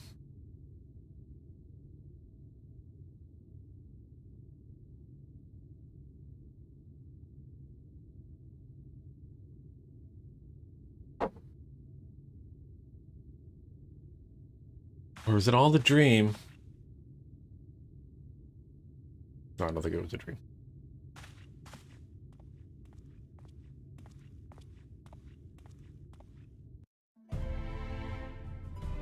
Looks like we got ourselves a nice little studio apartment now. Okay, speak with the Crystal Exarch at the Ocular. Back here, okay.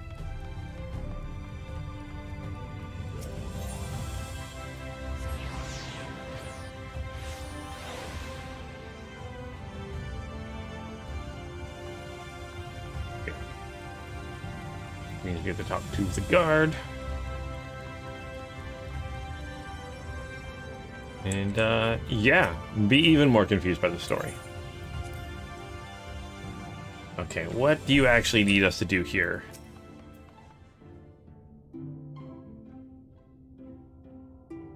How can we save the world? The one. Ah, how did you find your new quarters? I trust you were able to rest.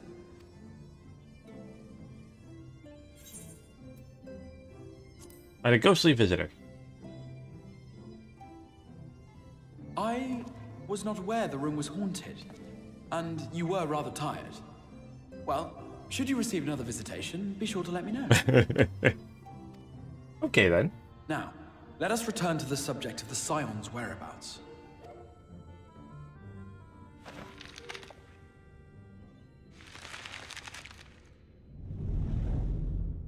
This map shows the lands of Norvrand, the only area to be spared the flood of light. Oh, I see, and then you can see where the light is beyond.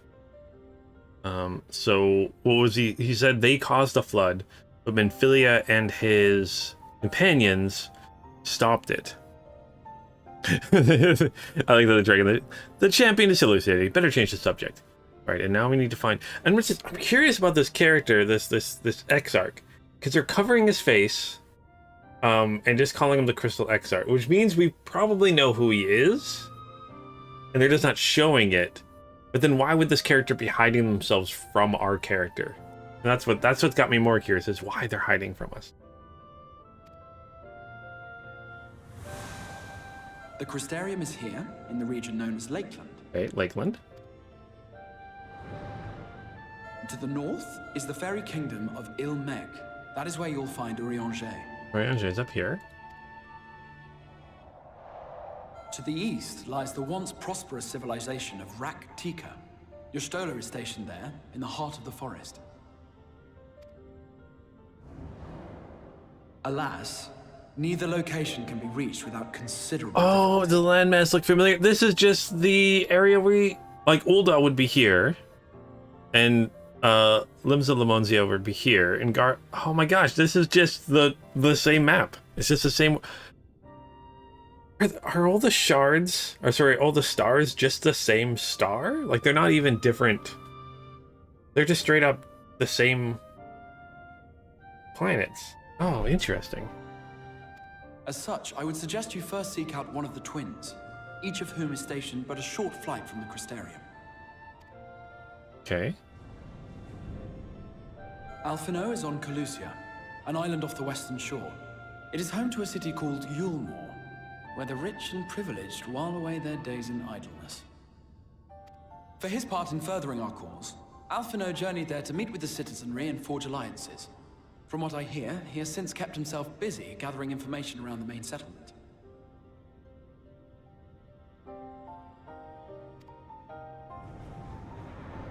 Alize, meanwhile, traveled south to the arid wastes of Armoreng. They lie upon the very edge of the inhabitable world, where the flood of light was halted. Those who dwell there live in constant fear of attack by the Sin Eaters. In contrast to her brother, Alize felt that her energies would better be spent learning about the enemy, and thus she sells her services as a guard, both to hone her skills and gather information on our foe.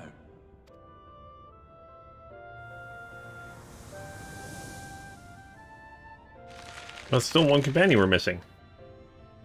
So, will it be Calusia or Armoreng? It matters not which you choose to visit first. Oh, I actually get to make a choice? Uh-oh, which one should I choose? Simply inform me once you've made your decision, and I will see to it that you are provided with a suitable mount. But you must be wondering about Thancred. Yeah, I was. He has taken up with a new companion, and is presently engaged as a wandering hunter of Sin Eaters. Being ever on the move, his whereabouts are often difficult to ascertain, but I am certain your paths will cross ere long.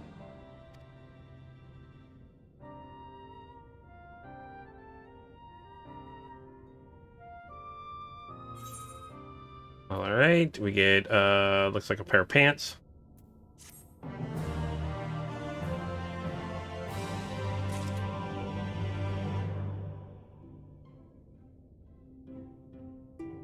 No right order, after Adrian tells me the right order. Oh no, I didn't want to do that. I wanted to open up this. Alice is trash, but that's just you. Yes, you really...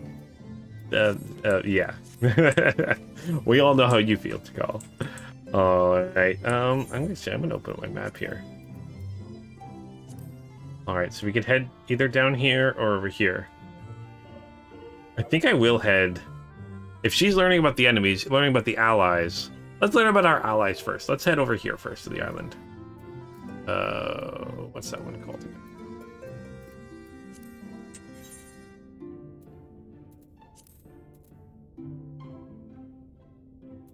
Doesn't actually say.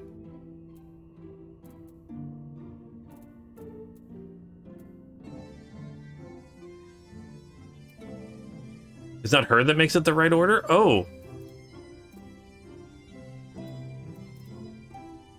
Okay, well maybe I will go south first then. If it actually like maybe if it doesn't really matter, but kind of matters a little bit, I will go south then. Right. Well, I can get both missions if I want to. In search for Alice. Crystal Extract is eager to meet for you to meet with Alice.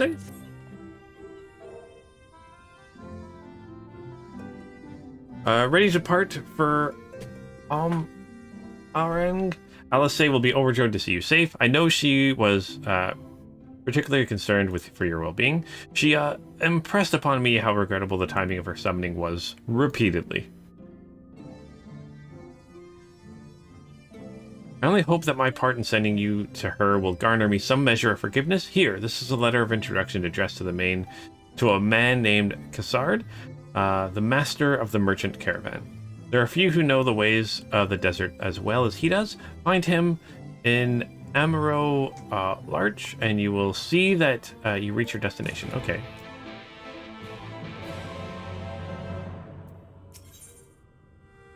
I'm going to do one at a time, though. I'm actually going to do one at a time.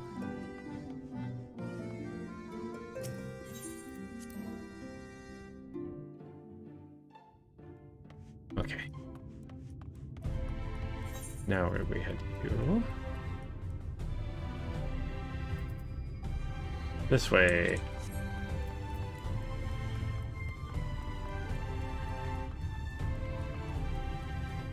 Hello. Bye-bye.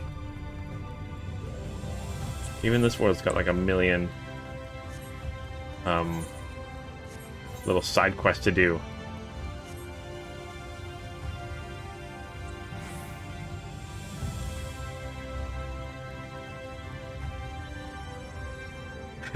Your stumbling over place names have become constant in your life from these troubled times. Oh, I'm glad me not being able to pronounce anything properly is bringing you a little bit of joy there, Andrea. I'd say that's why I'm doing it, but really it's because I'm just bad at speaking. It's a gift that keeps on giving. I know I'm the worst. Ugh. I'm the worst. It's a thought that counts, right? Right? Okay, so Cassard. I'm gonna blame it on having a bit of dyslexia. There we go. I'll blame it on that.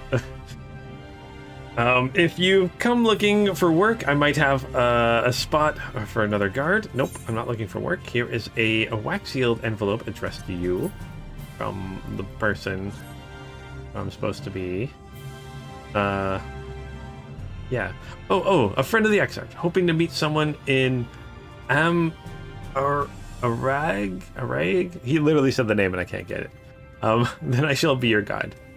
I was about to set off for our outpost there. As a matter of fact, we can leave right away, assuming you have everything you need.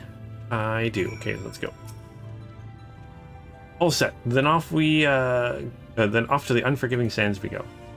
We now travel to this place. Speak with the Adroit Tamer to fly to the desert. Okay. You can also use your Aether Compass to assist you with locating Aether Currents in the new regions. Aether Currents can be found under collection of... Okay.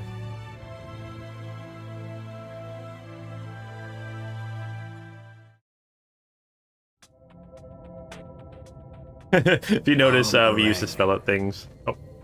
From this parched earth, the nation of Nabath, Arang, once rose. When I journeyed here, long ago, I spoke with a sun-weathered elder.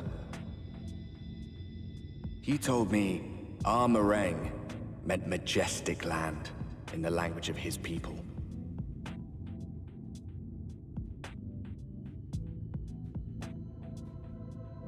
And so it might still be, were it not for the light's unrelenting onslaught. Arang. Okay, Arang. See, if they say it, it helps me a little bit more. Not fully 100% more, but a little bit more. And yeah, to call, used to spell things out, sound them out a little bit more. Yeah, phonetically speaking, it always helps me, but yeah, I'm just gonna, I'll forget in like an episode or two. Or a day or two, I'll forget. Okay, Cassard. Arang. Like Boomerang, but not quite. Okay. Oof, no matter how many times I come here, the heat never fails to catch me off guard. Don't be surprised when the temperature drops at night, though. The sky is bright, of course, but it gets brisk, even brisk enough to make you shiver. Now, the Exarch's letter said I was to take you to the inn at Journey's Head, which is where this Alice friend of yours is staying. But that's a fair old distance, so I propose we make a stop at Mord Oak to break up the trek, allowing me to attend to some business. And if you enjoy the local hospitality, sounds good. I almost said Limsa Lemonzia. Almost. I still. Someday. All right, you lot. I'm off. I'd better not see the goods covered in sand when I get back. Okay. Let's go. Right, we head southwest straight as an arrow. You know, I have not done any fighting so far. It's been almost 2 hours and I've not fought a single enemy yet. Just realized that. I fight one of these armadillos. They actually are called desert armadillos. Yeah, I want to fight something.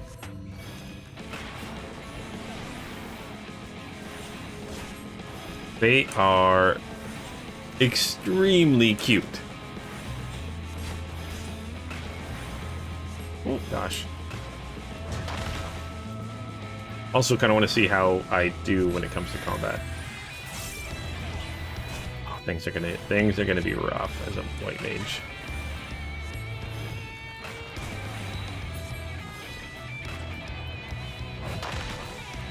I guess I got greens I should be using. On my chocobo. There we go.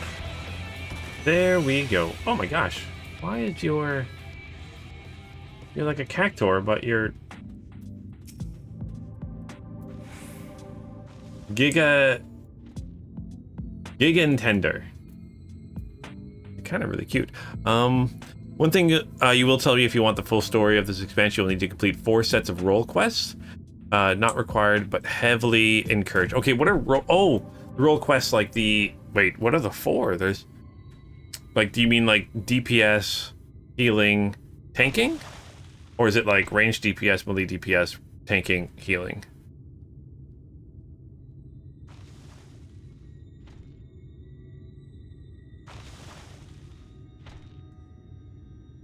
It'll continue to be stronger for you until you hit 71. Okay. If you hit the red one, hit a red one, leave it alone. Okay. Oh, these ones. If they got like a red... No, well, that's not what that means, is it? Oh yeah, it's like a little thing. Okay. Let's just go straight here.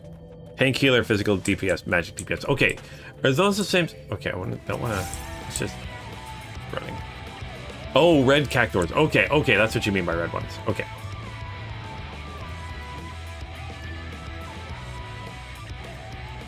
I guess I could hop on the mount. Get my snowman in the, If I see a red cactus, leave it be. Okay.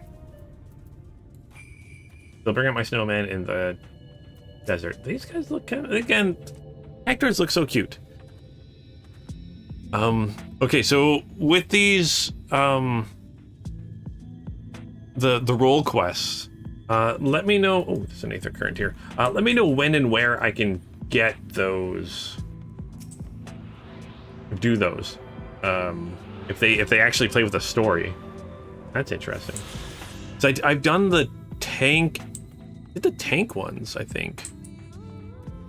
No, I did the tank ones. I'll stop here for a moment. This is your first visit to Almarang, is it not? Before you cross the river of sand, you need to turn around and feast your eyes on that. What are we looking at? The role quests in this expansion tell major backstory. Oh, okay. Neat. Okay, we'll definitely, in the main story quest, will point us there. Okay, so I don't have to worry about missing it. We're looking at the castle that's kind of off kilter.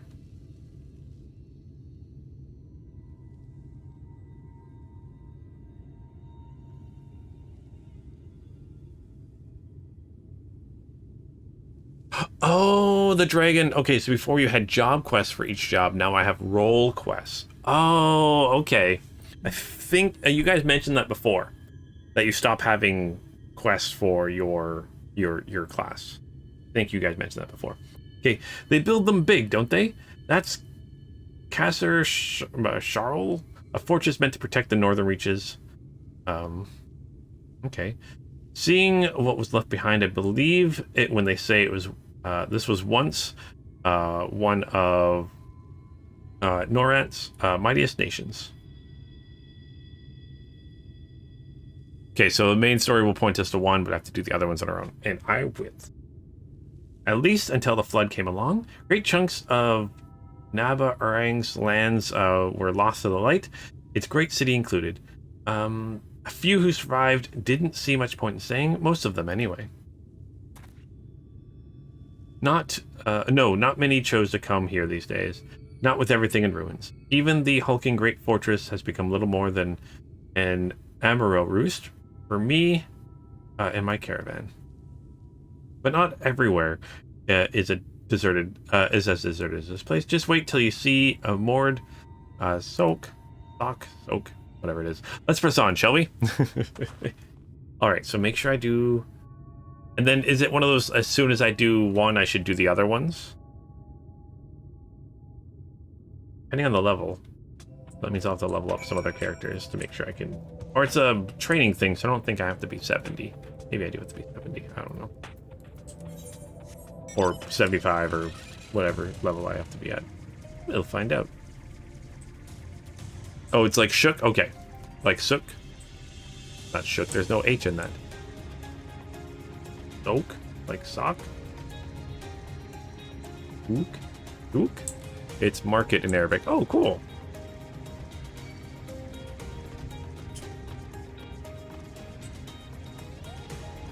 That's neat.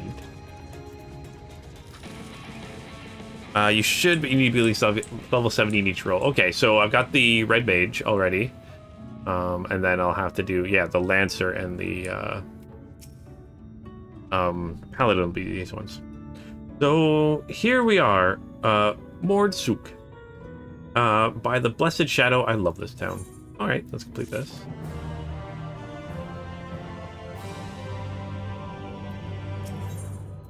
He stands at the entrance here, an eager smile on his face.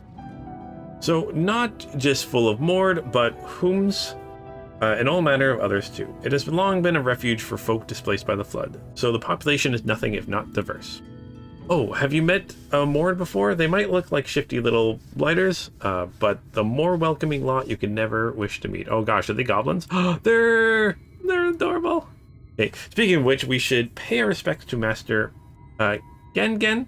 I'll go ahead and let him know you've arrived. Hello. Oh. You actually kind of get to see their faces. I kind of want you to put your mask back on. Not gonna lie. That will haunt me in my dreams.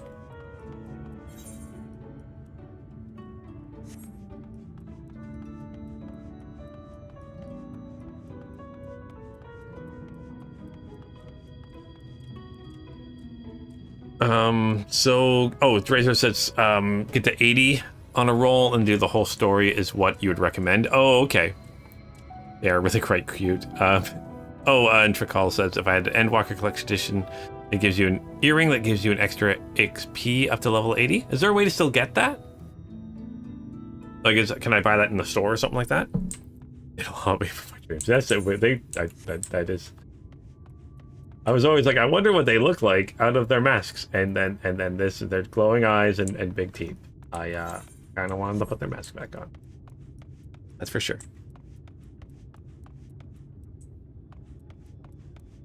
Okay, you can still buy it. Maybe I'll do that.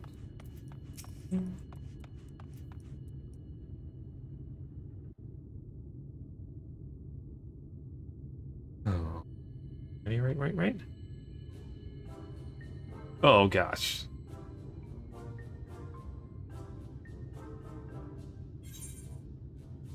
Okay, so it's a kobold. They're not gobos. They're kobolds. So this is a Mord. What BDI? What BDIs? What BDIs you have? Oh, it was pre-ordered on our collectors. Gen. This is the friend of the Exarch I was telling you about. Very good, very good. Though friend or no, all are welcome in Mord Souk. Souk is Mordish for city. As things stand, this souk boasts the largest and busiest marketplace in all Armorang. You'll find ore from the mines here, of course, but all manner of other things too, many of them rare.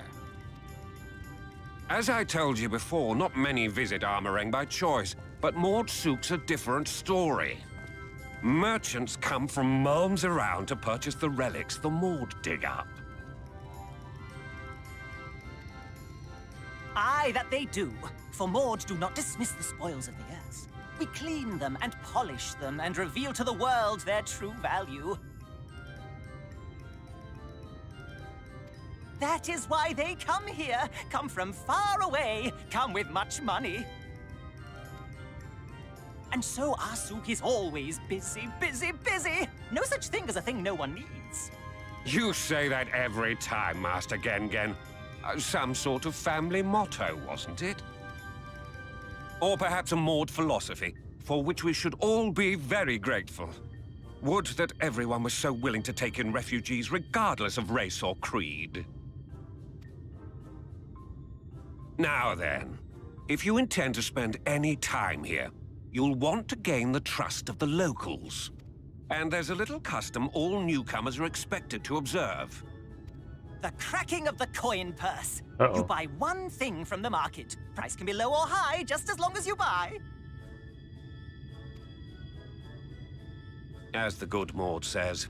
In fact, the Exarch sent a little something to cover this very expense. A Verbert gold piece, no less. The first I've held in years. Verbert gold? Real Verbert gold? Okay, so these are kobolds, not goblins. Here, newcomer, crack your coin purse with me. Uh-oh. Oh no, you want my goods, newcomer? I have jars and pots all smooth and shiny. Over here! Come and look! You buy? Oh boy. I've suddenly become popular. Enough of that! Calm, I say!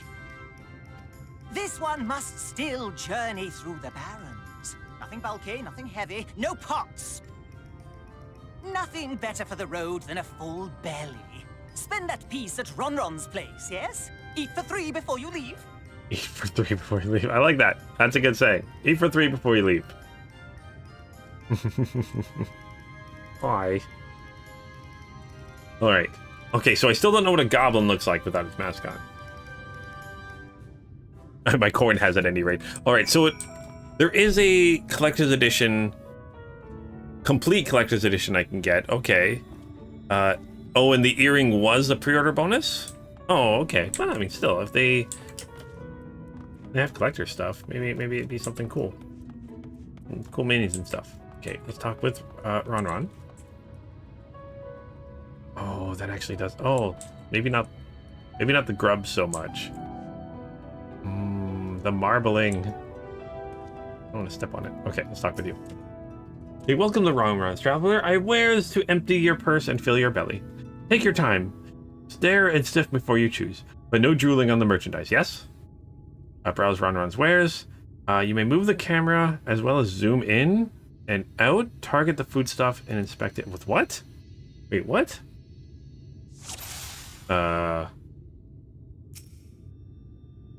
Bread, worms, meat. Why am I...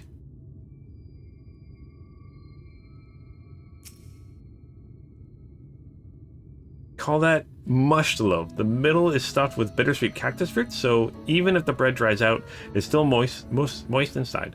Keeps you going in the heat. Oh, cool. These are worms. Everyone's favorite, plump white worms, slathered in honey. Once you eat a glazed wiggler, you'll never want any other treat. Okay, no, I definitely don't want worms. So meat, just meat. This is my ever-burning bounty, made of the best parts of the lizard, cured with a special spicy spices. Some find the smell challenging, but you warm up on chilly desert nights. And then looks like these are frogs. Or frogs. And you'll like those chewy skewers. Find small frogs hiding under rocks, spear with stick, then roast over fire. Crackly on the outside, gooey on the inside. Perfect for snacking. Okay. I don't know why they had us looking at that, but it's okay.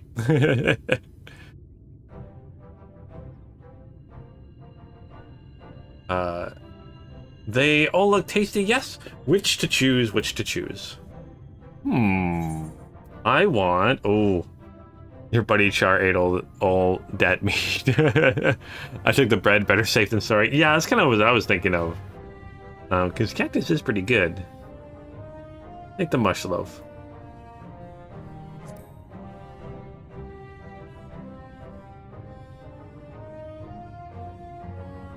very wise. You won't wither on the sands with a gut full of cactus root filling. You have the gold? And done. One Veilbright honor buys you 40 loaves of bread. Oh my gosh.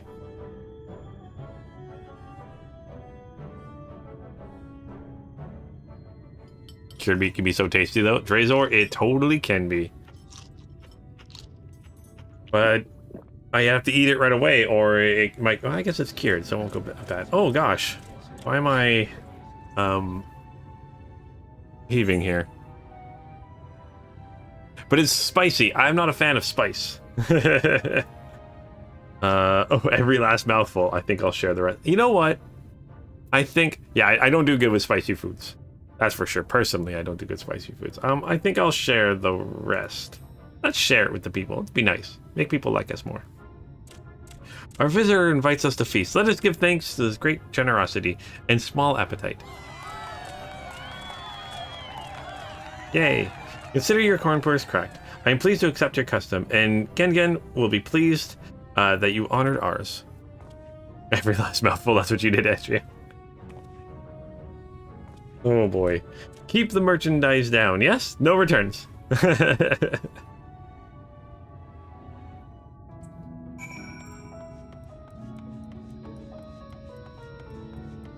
It brought the Warrior of Light to its knees. Oh my gosh. It's the only thing to bring me to my knees. Although I guess, you know, I was defeated by someone. You shared? Yeah, they shared. It was nice to share. Now I'm curious what happens if you do it and you don't share. Do you just like collapse and like wake up later on? Again. I was watching from here, Lunith. You honored our custom and with great relish. You will always be welcome in Mord Souk. If you need anything in Amarang, we are here to provide. And see, this is part of the reason I like Final Fantasy XIV so much. It's this easily could have just been like, oh look, we have a city here, but no, we did this whole like going in and finding out the customs and speaking with people and learning things. Yeah. So he is impressed with your gastronomic fortitude. So, God, you have courage, my friend. Ronron's wares are more exotic than harmful. But I don't envy you the bellyache you'll have on the morrow. Right, now that you've eaten, I expect you're eager to get back on the road. Would you mind if we delayed our departure a touch? I have a few details left to close before we conclude my business here in Mord Souk.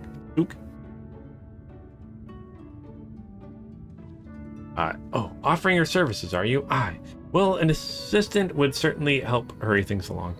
I have a receipt here for some goods that need picked up from the market. All properly paid for, you just need to do the lifting and carrying. Okay, I can do that.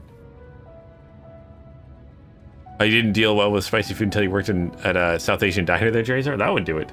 I'll go and take care of some last minute haggling then. See you in a bit. Oh, there's plenty of combat coming up? Yay. I like combat. They view the market receipt at any time during your quest by using... Oh,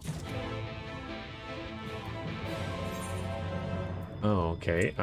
Let's see what we need to get here. I need cable cactus, Ronton, iron ore, soul toll. Oh,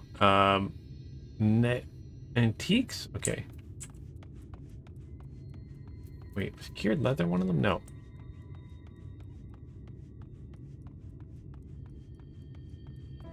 I never worked in a restaurant or anything like that before. Closest I came is I worked in a Starbucks.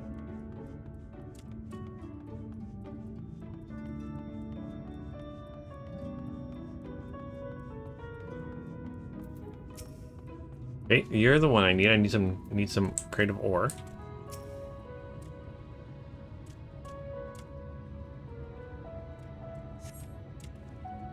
Cassard sent you, did he? Right, yes. What kind of ore was it again? Oh no. Oh no! Iron ore. Iron ore, of course. That would explain this box I have here. It's all yours. Oh gosh. Oh, okay. Cable cactus. Nabeth Orang antiques. Okay. Mill.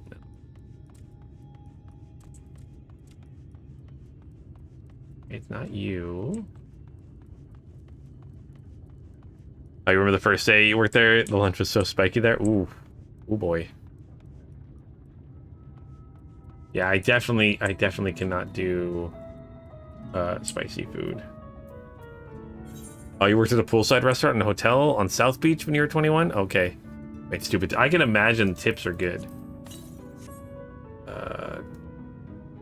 I need table cactus from you.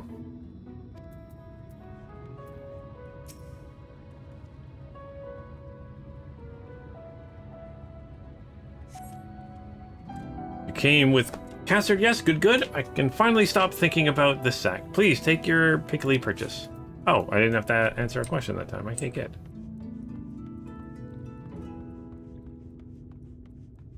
Is it you? Momo, right?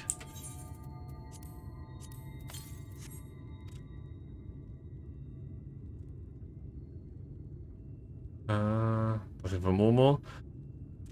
Okay.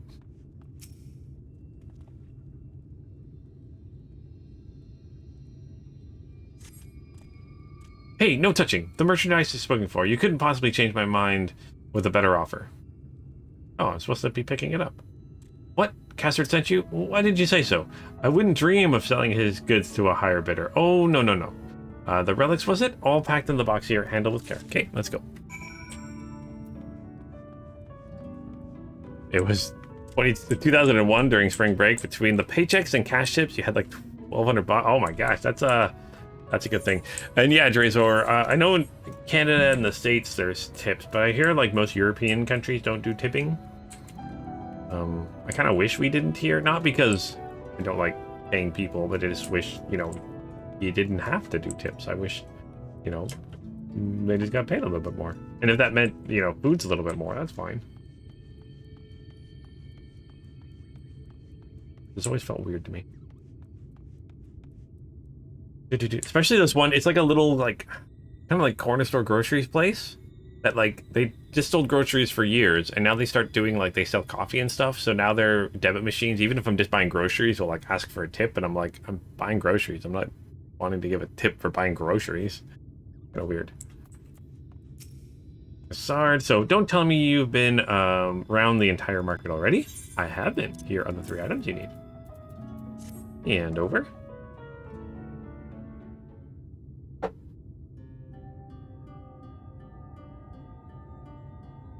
That's a lot, all right. Good work.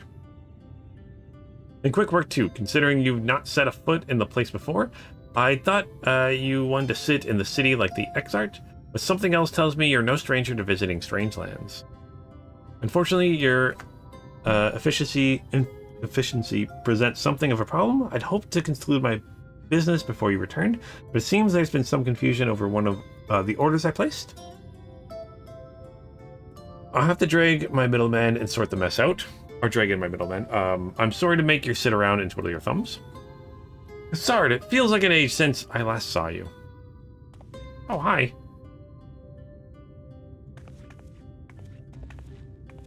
A random guy would give you $20 to pick up and run him a newspaper? Man, that sounds like a sweet gig. Especially for a 21-year-old. Tips must have been amazing, yeah. Well, if it isn't the lovely Thessaline, it's been a while, but your timing couldn't be better. This gentleman was on his way to meet with Eorzea. I'm supposed to be taking him to your corner of the desert, but a misplaced order has commandeered my attention. Wait, I know who you are. Eorzea has told me so much about you. You're Lunith, aren't you? It is me. I knew it. How wonderful to meet you in the flesh after hearing all those stories. I'm Teslin. I work as a carer at the inn. Oh my gosh. And I've gotten to know Eorzea quite well since she took up guard duties there. But you want me to take over as Luna's guide, Kessard. My shopping's all done and packed for the road. So it would be no trouble. That would be a great help. Thank you. Well, it looks like you'll be able to head straight out after all. My caravan and I will be in the area for a while yet. Seek me out when you've had your fill of Orang, and I'll send you back to the Cristrium. Pay very close attention to her face. It will be important later. She looks like... It looks familiar already. Not gonna lie. Let's use that item because I need to use up my items.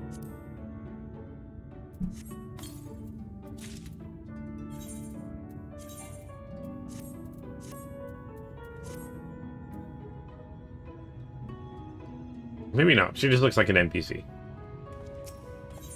Or she's supposed to seem familiar. Important later. Okay, gonna make sure I remember her face. Look at her face. Look at it. Okay.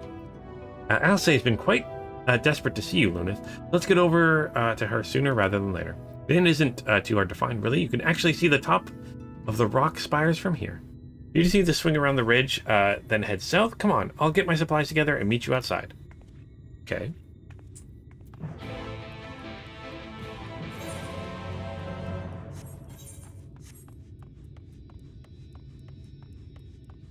Oh, it will be important, not familiar. Okay.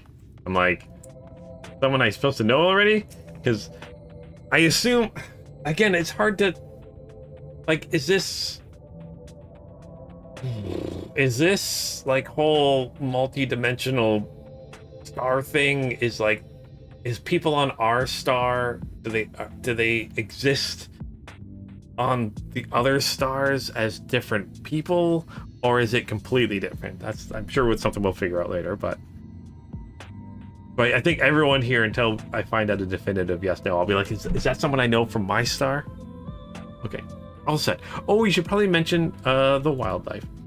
Well, most of them will leave you be if you keep your distance. The local coyotes have been learned to prey on folk heading home from the markets. I can usually swing a sword well enough to fend them off, but I have loaded myself down with too many bargains today. Do you think you can handle any beasts that try to make a mess of us? I can do it. I thought you might. Eorzea was always saying how much you... I mean, let's get going, shall we? That's not suspicious at all. You're not a coyote. You're a sand mole. You're a bear. Oh. You're a Drazor. She's cute though, Adria? Yeah, I guess, yeah. That's a Tolba. That's a sand mole. And... Oh no, sand mole. Let's actually use my greens here.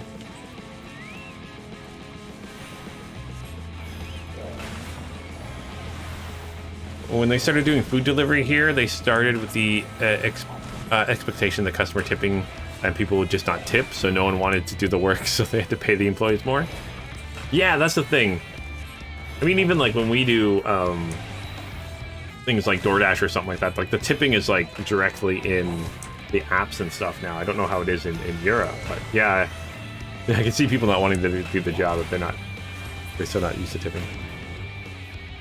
Oh, I can put it in an attached stance. How do I do that again? It's been a million years since I've done that. An attack stance, sorry. Companion.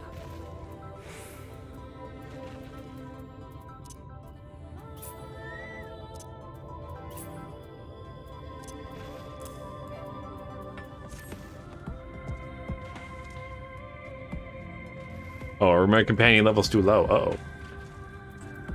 Let's talk with you. Oh no, a wandering coyote.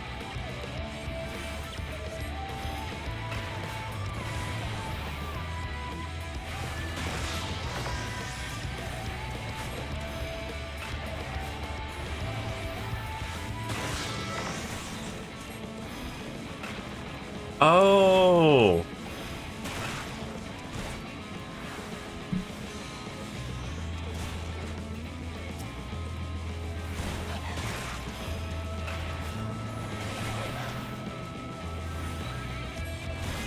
Yeah. I'm gonna check if he has any skill points. I think I was just putting them all into healing. Okay, I think I might actually check that before I do anything. Companion, skills. I've got 6 skill points. Let's learn how to attack. Enhanced strength. I still got 3 points. So let's increase your HP. There we go. Yeah, because I was just doing the skill, the healer stuff. There we go.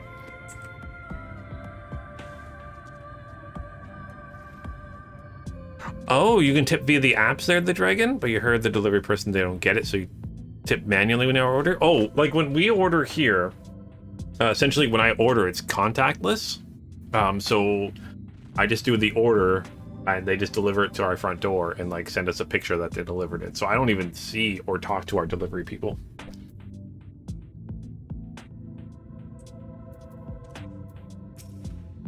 All right, sorry that wasn't much time to shout a warning. Were you bitten? Those things can be nasty.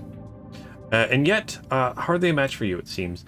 I'd always thought Alysae was strong, but in her mind, she was never... now it makes sense. We should push on. It might be best if you scout ahead to clear any of the coyotes that have our scent. I'll wait here so you can fight without any distractions. Oh, when I get more points, put one in the defense stance. Okay, kill will do. That way I can do all the defense stats. Attack stance.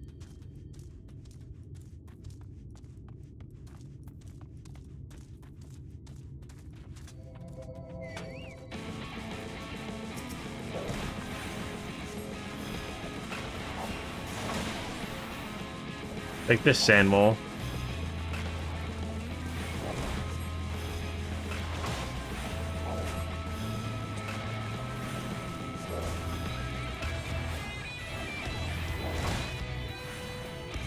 Yeah, I think with again, I only know delivery apps possibly, and again, I've never worked one, so I don't know fully. But I think the way it works is they get like a wage, like X amount, and then they get the tip on top of that. I think, I'm not sure. But we do order out a little bit. Although I've been thinking about, I don't know if anyone's ever tried it, that like HelloFresh or one of those kind of things where they just mail you food.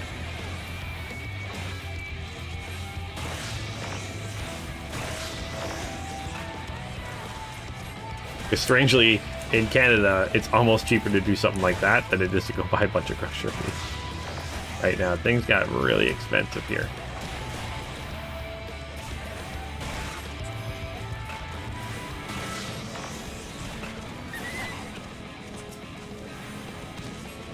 Like at one point, like a head of romaine lettuce was like $5.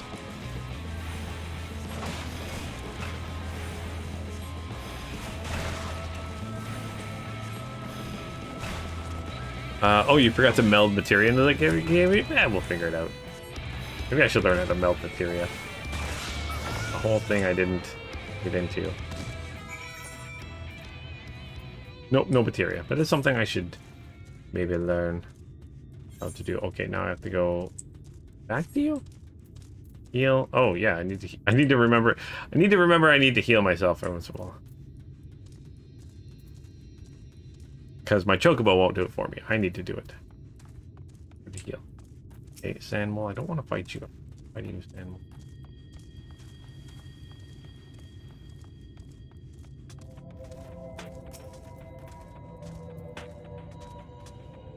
Oh, thank goodness you're back. I can hear the howling and snarling from here. Frightful creatures.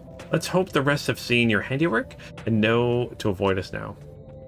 I need to get these supplies back to the inn. Okay, let's go. On my chair. Oh, I got no crafters high enough to meld it. That makes sense. Also, something I need to do is crafting. Ah, there's so many things I need to do in this game. Do all the things. There are hands? Oh, it's like it's a whole body thing. I'm gonna avoid you.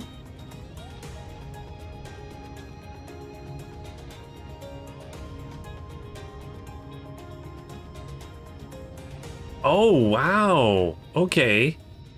So it did kind of look like a wave, and you can kind of see like the city inside of it. That's really kind of neat, actually.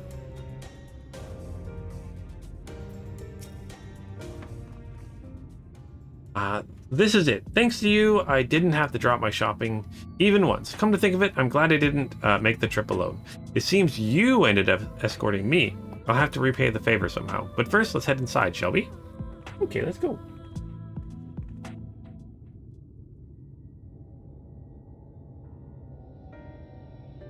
Yeah, I'll definitely, as you say, Tikal, I'll definitely be behind more. That just means I have to play more not streaming. That's what I should do.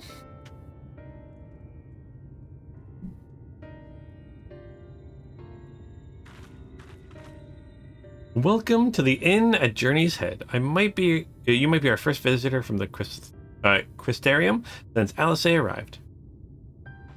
It's not much, but it's home for the afflicted and a handful of carers. The afflicted? What's the afflicted? You don't know? No, I don't know. I don't think I've met anyone besides Eorzea who is so unfamiliar with our situation here. Most folk have grown up knowing someone who knew someone. I might leave out something obvious, so it might be best to have Eorzea give you the full explanation. Okay. Go find Eorzea.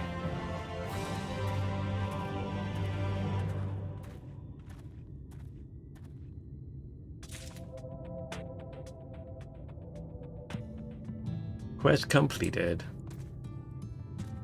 Where is she? Okay, so she cast her gaze around the inn, hoping to spot Eorzea. Now, where is she? She gone? Can't turn the camera very much, so. I think she might be out on patrol. You could wait, I suppose, but why not go and surprise her? She usually takes a look at things from the watchtower first. You might be able to catch her there. It's not far. Head out the south side, and you'll see it. Soon you'll see it.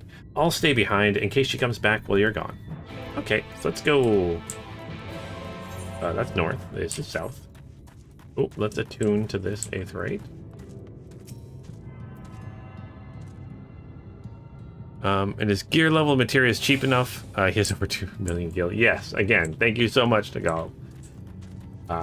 You gave me the 2 million many moons ago. And it's still I have the dragon.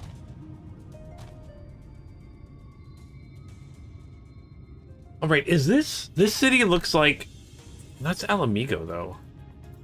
Yeah, okay, I don't know what this city looks like represents something that I know of. I think so.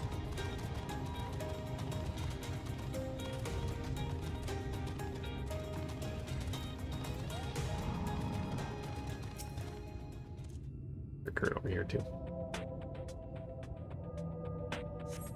Eorzea is nowhere to be seen. You spot a fresh bush prints on the ground. They look about the right size. It lines up with Ul'dah. Yeah, Ul'dah, the local equivalent. Oh, okay. So this would be Ul'dah. Okay, I kind of thought so, but the architecture looks a little different from what I'm remembering. But again, this is a different world, so I think Ul'dah was more like the tops of the buildings were more dome-like. But again, I could be completely wrong. I haven't stared up at the top of Ul'dah very much. Small footprints lead to the northwest. Shards are not one-to-one. That's what I assume they weren't. Different world, different history. That makes it more interesting. But the world itself, like the actual like landmass, is the same. Very cool. Who are you? Gilman? Okay, I want to stay away from you.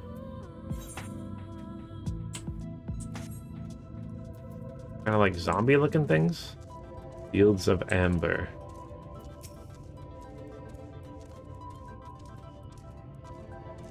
Okay, maybe mummy looking things. It looks like they're wrapped in.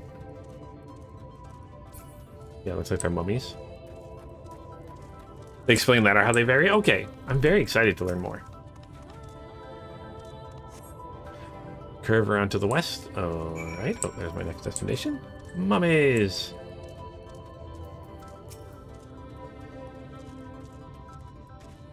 Although, like, when you think about it, mummies and zombies are really kind of the same kind of thing. It's just mummies are wrapped in, usually Egyptian and wrapped in cloth. There are more tracks here by the end of a mess of disturbed sand. Okay. Geography and biology are similar or same-ish. Cultures are very different. Okay. Depends on the kind of zombie that the dragon. Very true. Very true.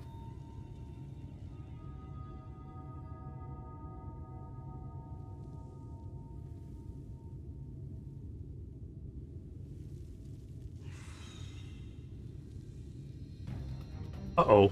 It's a sin eater. Get back here! Oh no, I distracted her. Is that... It can't be.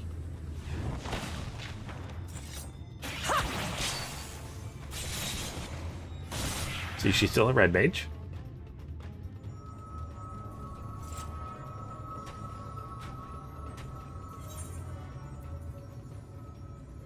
Impressive. Just a lesser sin eater. Nothing to write home about. I knew you'd turn up sooner or later, but I had been hoping for sooner.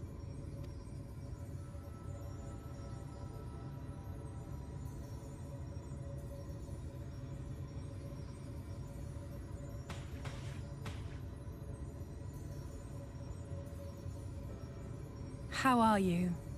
Fantastic. How are you?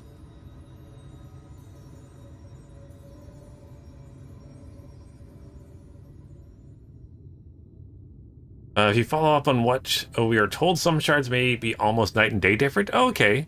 Yet to be seen, though. I'm sure if they talk about shards, they'll probably bring them up again later. Then.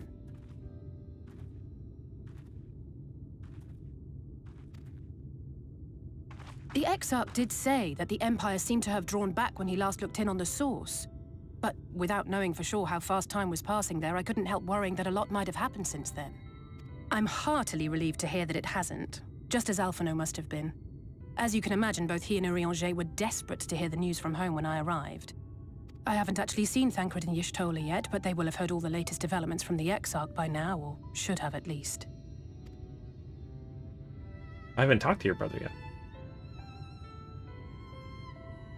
When I think of how frantic Tataru and the others must be, I want nothing more than to rush back and reassure them. But we still haven't found a way to reverse the summoning. And even if we had, we couldn't just ignore Eorzea's vision. He may use 10 words where one would suffice, and they may often obscure as much as they reveal. Yep. But on this matter, he was as clear as day. I do not doubt for one moment that he saw what he claims. Nor how difficult it must have been to speak about them. The 8th Umbral Calamity and your death aren't exactly topics for idle conversation. As much as I might want to go home, I don't want to go home to that. We can't allow the rejoining to happen, which means we have to save the first from the Sin Eaters.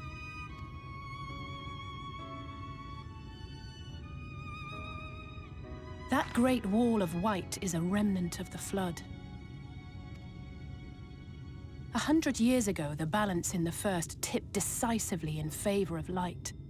From that moment, it rose and swelled with each passing day, and then, without warning, it burst forth like water from a broken dam. A colossal wave of pure light, drowning everything in its wake. Only Norvrant was spared. For the most part, living things are composed of ether of various different aspects. But when exposed to such a flood, their etheric harmony is shattered, and their natural form breaks down. Then they either perish, or are warped into mindless abominations.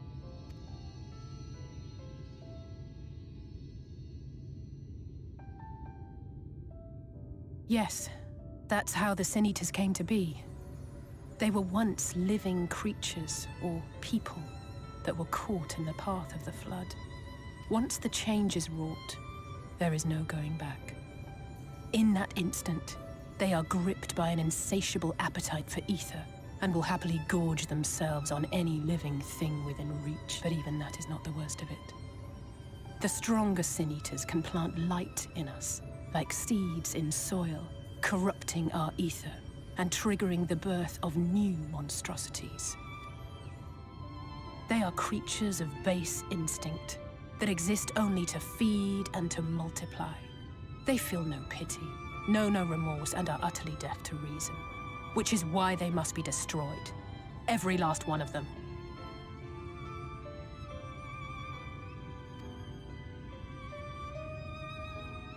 The infirmary is full of the Sin Eater's victims, left here to spend their final hours waiting for the change to overtake them.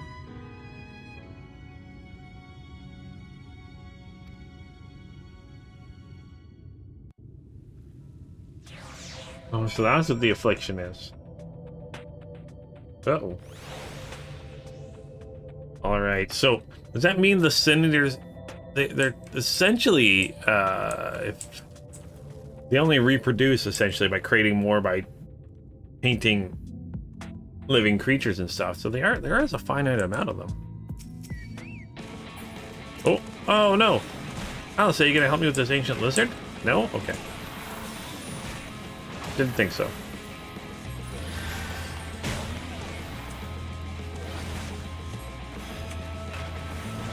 This ancient lizard's kind of cute.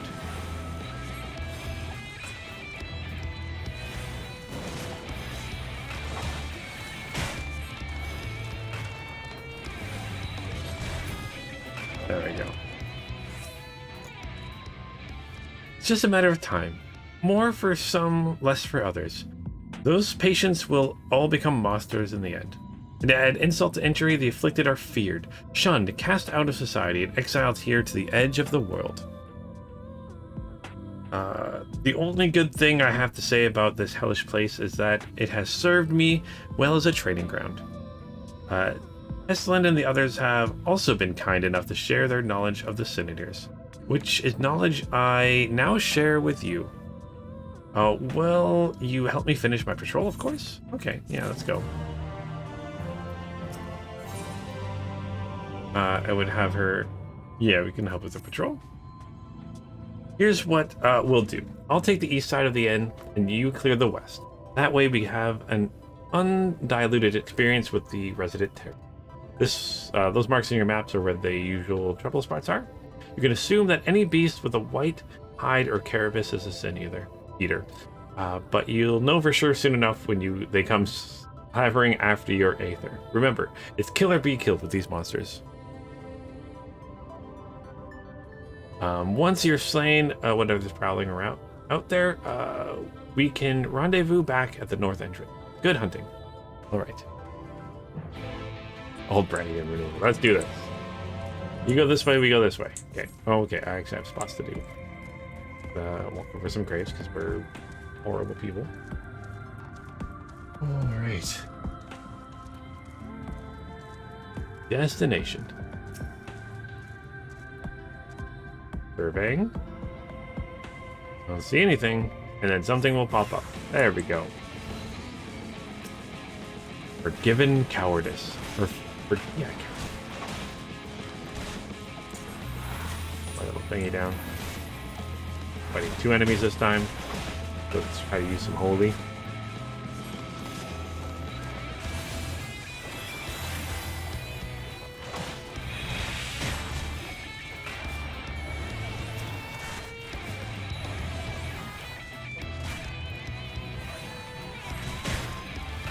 Gotta love this music.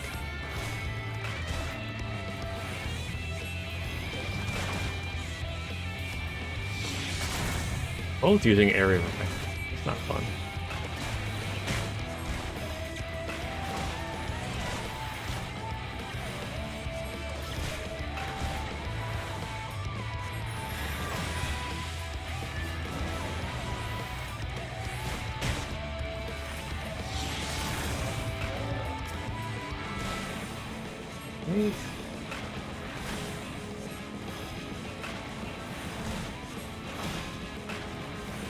It takes a little bit longer, but we're getting the we're getting it done.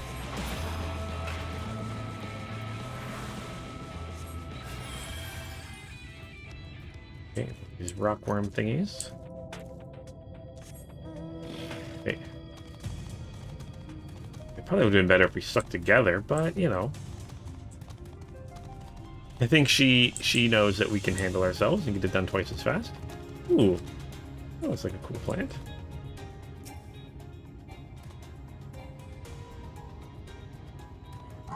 Kinda looks like a giant acorn.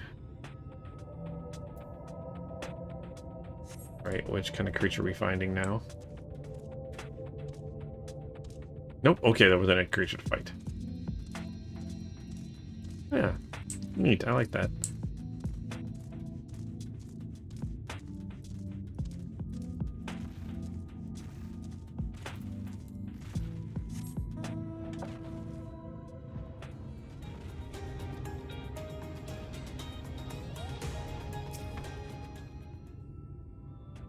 Okay, a little bit more surveying. Looking at the wall. There we are.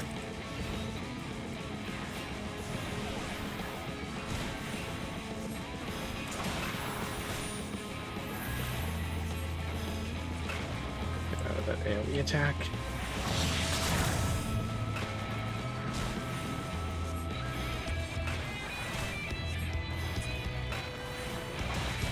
All of the stone.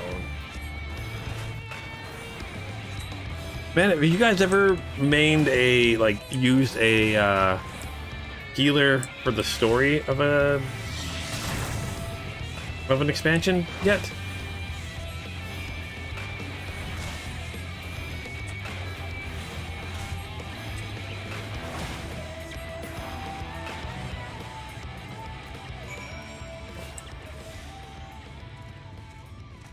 Okay, let's head back to...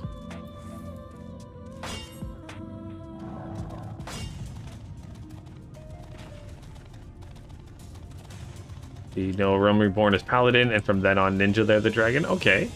Adrift says you haven't, but your boyfriend does. Okay. You guys play together then? Or is he soloing it? Because he's awesome. It's just want a little bit of a challenge. How about that? How did you fare? I killed 2 Sin Eaters.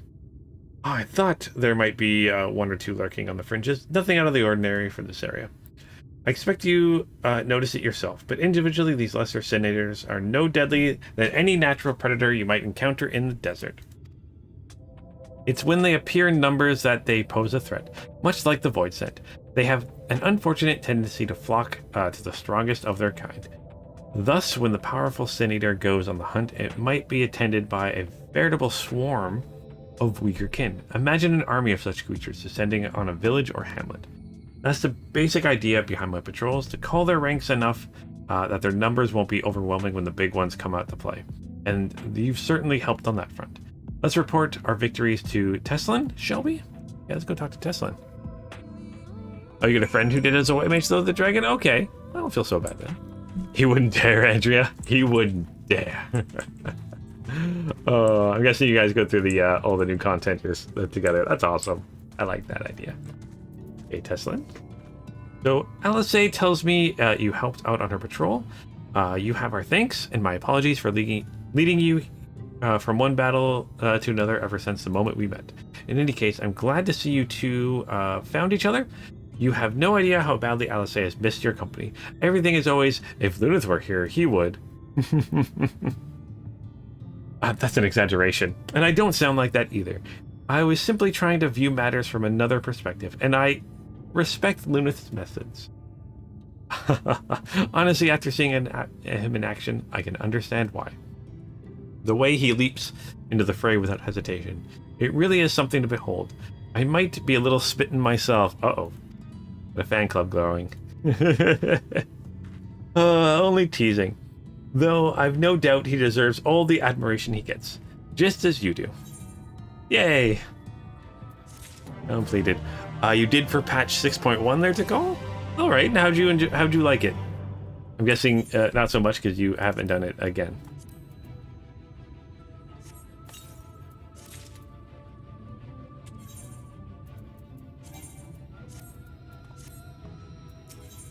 So Teslin has an air of a woman being pulled in 10 directions at once.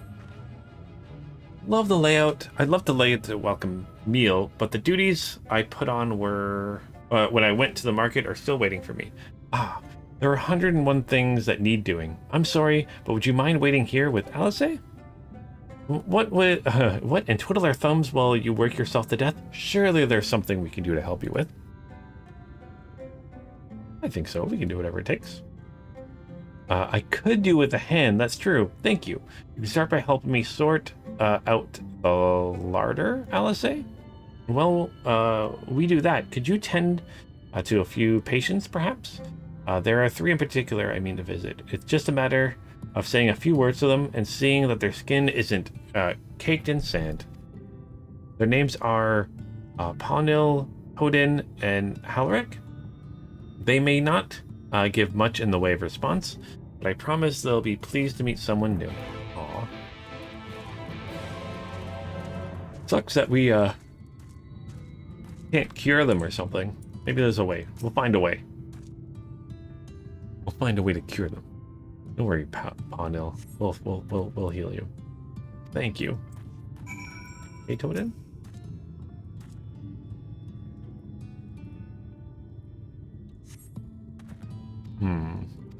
Oh, he glances, Todd glances at you blankly, but you notice the tension and his face is eased slightly. Oh, okay. And then you.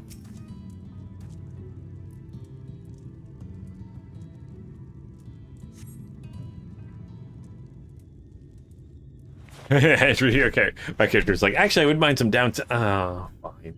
Yeah, it's kind of how it works, right?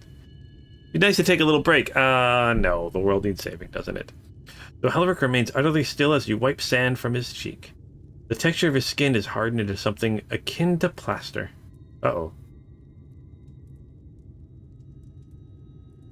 That doesn't sound good.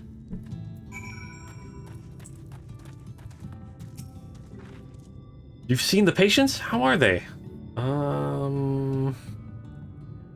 God. Good, that's good. I knew they would enjoy meeting you. I'm concerned about Halric, though. I'll have to speak with the other carers, but I think his time may be near. What do you do when they're about to change? Right, so we should leave you to have that discussion then. I was going to take Lunith to Mord Soak. If you have any errands there that need doing. Well, I suppose there is one thing. Would you pick up a nectarine from the markets, please? Cassard's caravan just passed through, so Ron should have some fresh fruit. Yay. Oh, come on, Lunith, there's something I want you to see right after we stop at Ron stalled. Of course. Okay, let's head back now. Let's attune with this, just in case I didn't. I'm trying to remember if I did. Nope. Okay. Where are we headed? Headed back here? Okay. I did not oh, no, I didn't attune with it. No!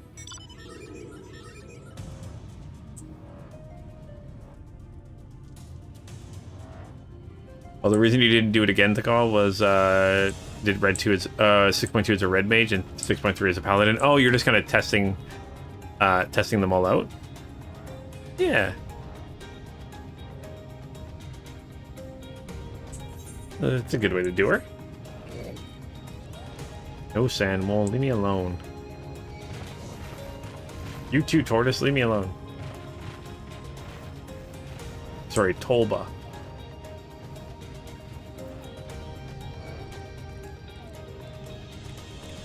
Yeah, for not attuning. Tortoise Stump. You missed.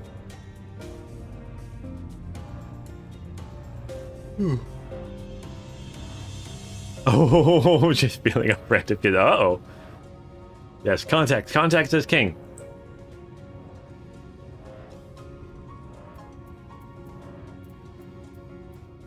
Well, I'm going to get tuned with this before I forget again.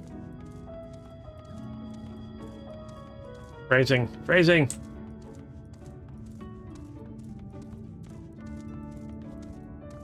So I read that as kits, not kids.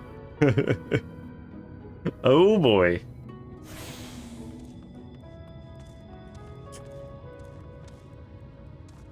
Alright. Material supplier. No, I'm gonna talk to Ron. Hey Ron.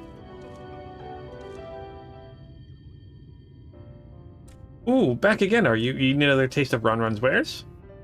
Actually, we're looking to buy a nectarine. Do you have any in stock? Ah, yes, nectarines, peaches, grapes. Fresh and juicy. Given how richly you cracked your coin purse with me, I might still owe you food. Here, take this one, free of charge. Oh, thank you. Thank you, Ron. Gods, I've never seen a moored merchant give away something for nothing before. How much coin did you spend here? I spent a gold thingy. Ah, yes, I'll take a jar of honeyed worms as well. Oh no, they're not for me. It's an offering of sorts. Okay, say so.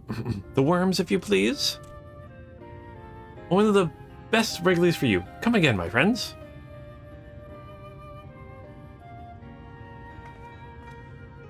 Right. There's our shopping chores taken cover. Let's head up past the Aetheryte to the main tower. The view I want to show you can only be seen from its very top. Okay, let's go. Yeah, for a friend. Yeah, she's just getting it for a friend. Yeah, I'm just holding these worms here for a friend. I didn't really buy them, officer. I swear. Right. You want me to go past here? Oh, here we go. Hey, Eorzea. You just come out of that door? Here are your precious worms. That buys us a trip to the top of the tower, does it not? Oh, okay, she was buying it for someone else. Okay. Blaze Wrigley's. You actually bought them. I really shouldn't let you, but just this once, alright? Only once. Never fails, shall we? I swear, only once, every time I bring them.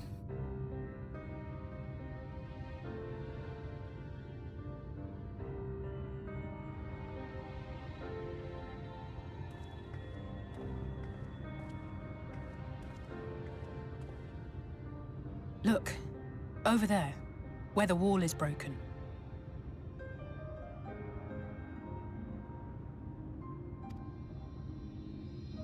Do you see what lies beyond?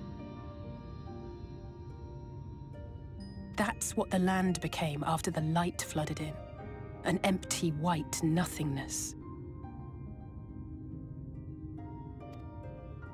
Life cannot exist in such conditions.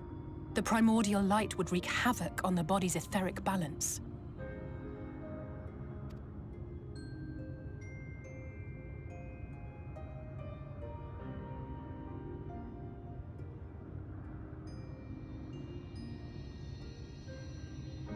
That nectarine you bought, it's Halric's favorite fruit.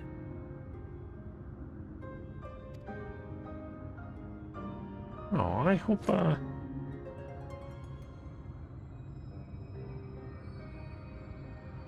Most of the patients, Halric included, survived the attacks of powerful eaters. But their fate was sealed all the same.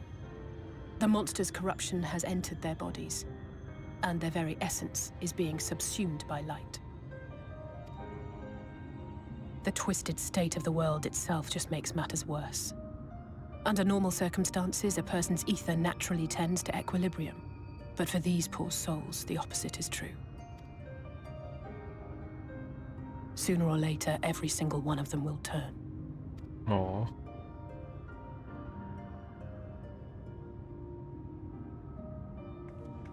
Tesleen and the patients, they all know this. They know what has to be done before the change goes too far, before the eater within takes over. The preferred method is mixing poison into their favorite food. In my time here, I've borne witness to a lot of last meals. Oh. I feel just as helpless as before. No matter how hard I fight, it's never enough.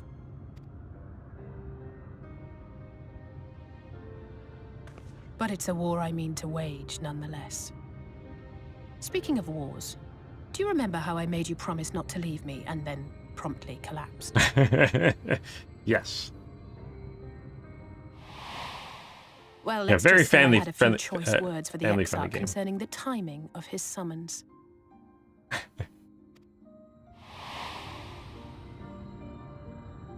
But even if the fault lay with someone else, I couldn't shake the feeling that I'd abandon you on the battlefield.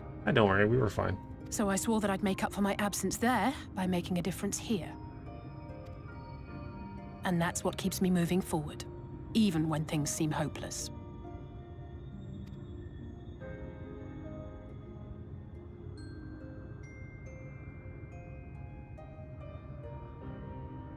On which note, it's time we headed back. The longer we keep Tesleen waiting, the harder this will be for her. Oh, make me sad. You know, you didn't have to do anything like that, and you totally just threw in this like, oh yeah, well there's nothing to do, so we give them their favorite food with poison in it, so they die. Oh gosh. Yeah, definitely the dragon. No guardrails everywhere, anywhere.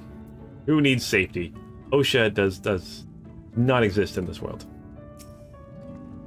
All right, so I'm glad I was able to show you that. When it comes to understanding the catastrophe which befell the first, one glimpse at the empty wasteland beyond the wall is worth more than an hour of Eorzea's lecturing. All I need you to know beyond a doubt that Tesleen has no other choice. This nectarine will be a kindness. It isn't just the threat posed to others, but the person becomes an eater. The pain appears, or when the person becomes an eater, the pain appears to be excruciating. The carers are truly fond of their wards and would spare them the suffering. It is their way of fighting back against a fate worse than death. Oh, man. All right, let's head back and poison a child.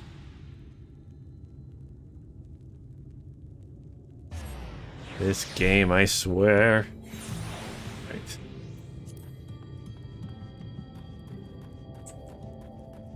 Oh, Elric. You're back. Hope you had a nice time. Did you manage to find a nectarine? We did. A plum, sweet-smelling nectarine.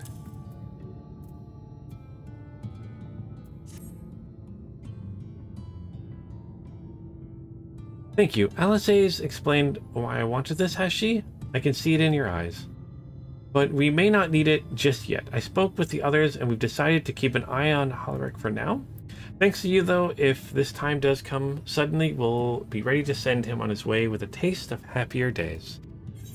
Aw, that's something.